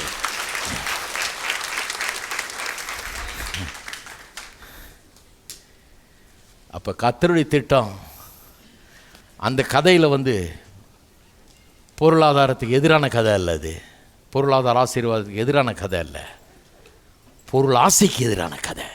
சப்ஜெக்ட் ஆரம்பிக்கிறது அப்படிதான் இருக்கு. பொருள் ஆசை குறித்து போதனை பார்த்து நகைக்கிறார்கள். அதற்கு உதாரணம் சொல்லி இந்த கதையை சொல்கிறாரு. பொருள் ஆசை ஸ்டோரி அது. பொருள் ஆதாரம் கூடாதுங்கிற கதையை அல்லவே அல்ல. பொருள் ஆதாரம் கர்த்தர் நமக்காக ஏற்படுத்தினது. டொமினியன், டிக்னிட்டி அண்ட் டிலைட் நம்முடையது. அதை மறந்தே போகக்கூடாது. அதை உரிமை பாராட்டுங்கள், சொந்தமாக்குங்கள். அது உங்களுடையது என்பதை விசுவாசியுங்கள். கர்த்தர் உங்களை ஆசீர்வதிப்பார். எல்லாரும் எழுந்து நிற்போம். எல்லாரும் தலைவனைக்கு ஜெபிப்போம். கரங்களை உயர்த்தி கர்த்தரை ஸ்தோத்திரிப்போம். எங்கள் அன்பின் பிதாவே, கர்த்தரா இயேசுவின் நாமத்தில் மண்டியில் வருகிறோம். இந்த சத்திய வசனத்தை கேட்டவர்களுடைய உள்ளங்கள் ஒரு பெரிய மறுமலர்ச்சி அடையட்டும். கர்த்தாவே, எண்ணங்கள் மாறட்டும். கர்த்தருடைய எண்ணங்கள் இவருடைய உள்ளங்களை ஆட்கொள்ளட்டும். இவர்களுக்காக ஆளுகையும் அந்தஸ்தையும் ஆனந்தத்தை நீர் வைத்திருக்கிறீர் என்பதை புரிந்து கொள்ளட்டும். கர்த்தாவே, பாலும் தேனும் ஓடுகிற ஒரு நலம் விசாலமான தேசத்துக்கு கிறிஸ்துவுக்குள்ளாக எங்களை கொண்டு வந்திருக்கிறீர். நல்ல ஒரு இடத்துக்கு கொண்டு வந்திருக்கிறீர். சாபங்களெல்லாம் கிறிஸ்துவுக்கு சொந்தமாக்கி, கிறிஸ்துவின் ஆசீர்வாதங்களை எல்லாம் எங்களுக்கு சொந்தமாக்கி விட்டீர். இந்த விசுவாசித்த ஆசீர்வாதத்திலே வாழ ஜனங்களுக்கு உதவி செய்வீராக. கீழே இருக்கிறவர்களுக்குள்ள மேலே வரட்டும், மாற்றப்படட்டும், வாசல்கள் திறக்கப்படட்டும், காரியங்கள் வாய்க்கட்டும், அனுகூலங்கள் உண்டாகட்டும், ஒத்தாசை கிடைக்கட்டும். அவர்களுக்கு தேவ ஆசீர்வாதம் ஜனங்களுடைய வாழ்க்கையில் பெருகட்டும். இந்த வசனம் அநேகரை ஊக்குவிக்கட்டும், பலப்படுத்தட்டும். இன்றைக்கு உமக்கே எல்லா கனம் மகிமை துதி ஸ்தோத்திரங்களை ஏறெடுக்கிறோம். இயேசுவின் நாமத்திலே ஜெபிக்கிறோம். ஆமென். நம்முடைய கர்த்தராகிய இயேசு கிறிஸ்துவின் கிருபையும் பிதாவாகிய தேவனுடைய அன்பும் பரிசுத்த ஆவியானவருடைய ஐக்கியமும் நம் அனைவரோடும் இன்றைக்கும் என்றைக்கும் இருப்பதாக. ஆமென்.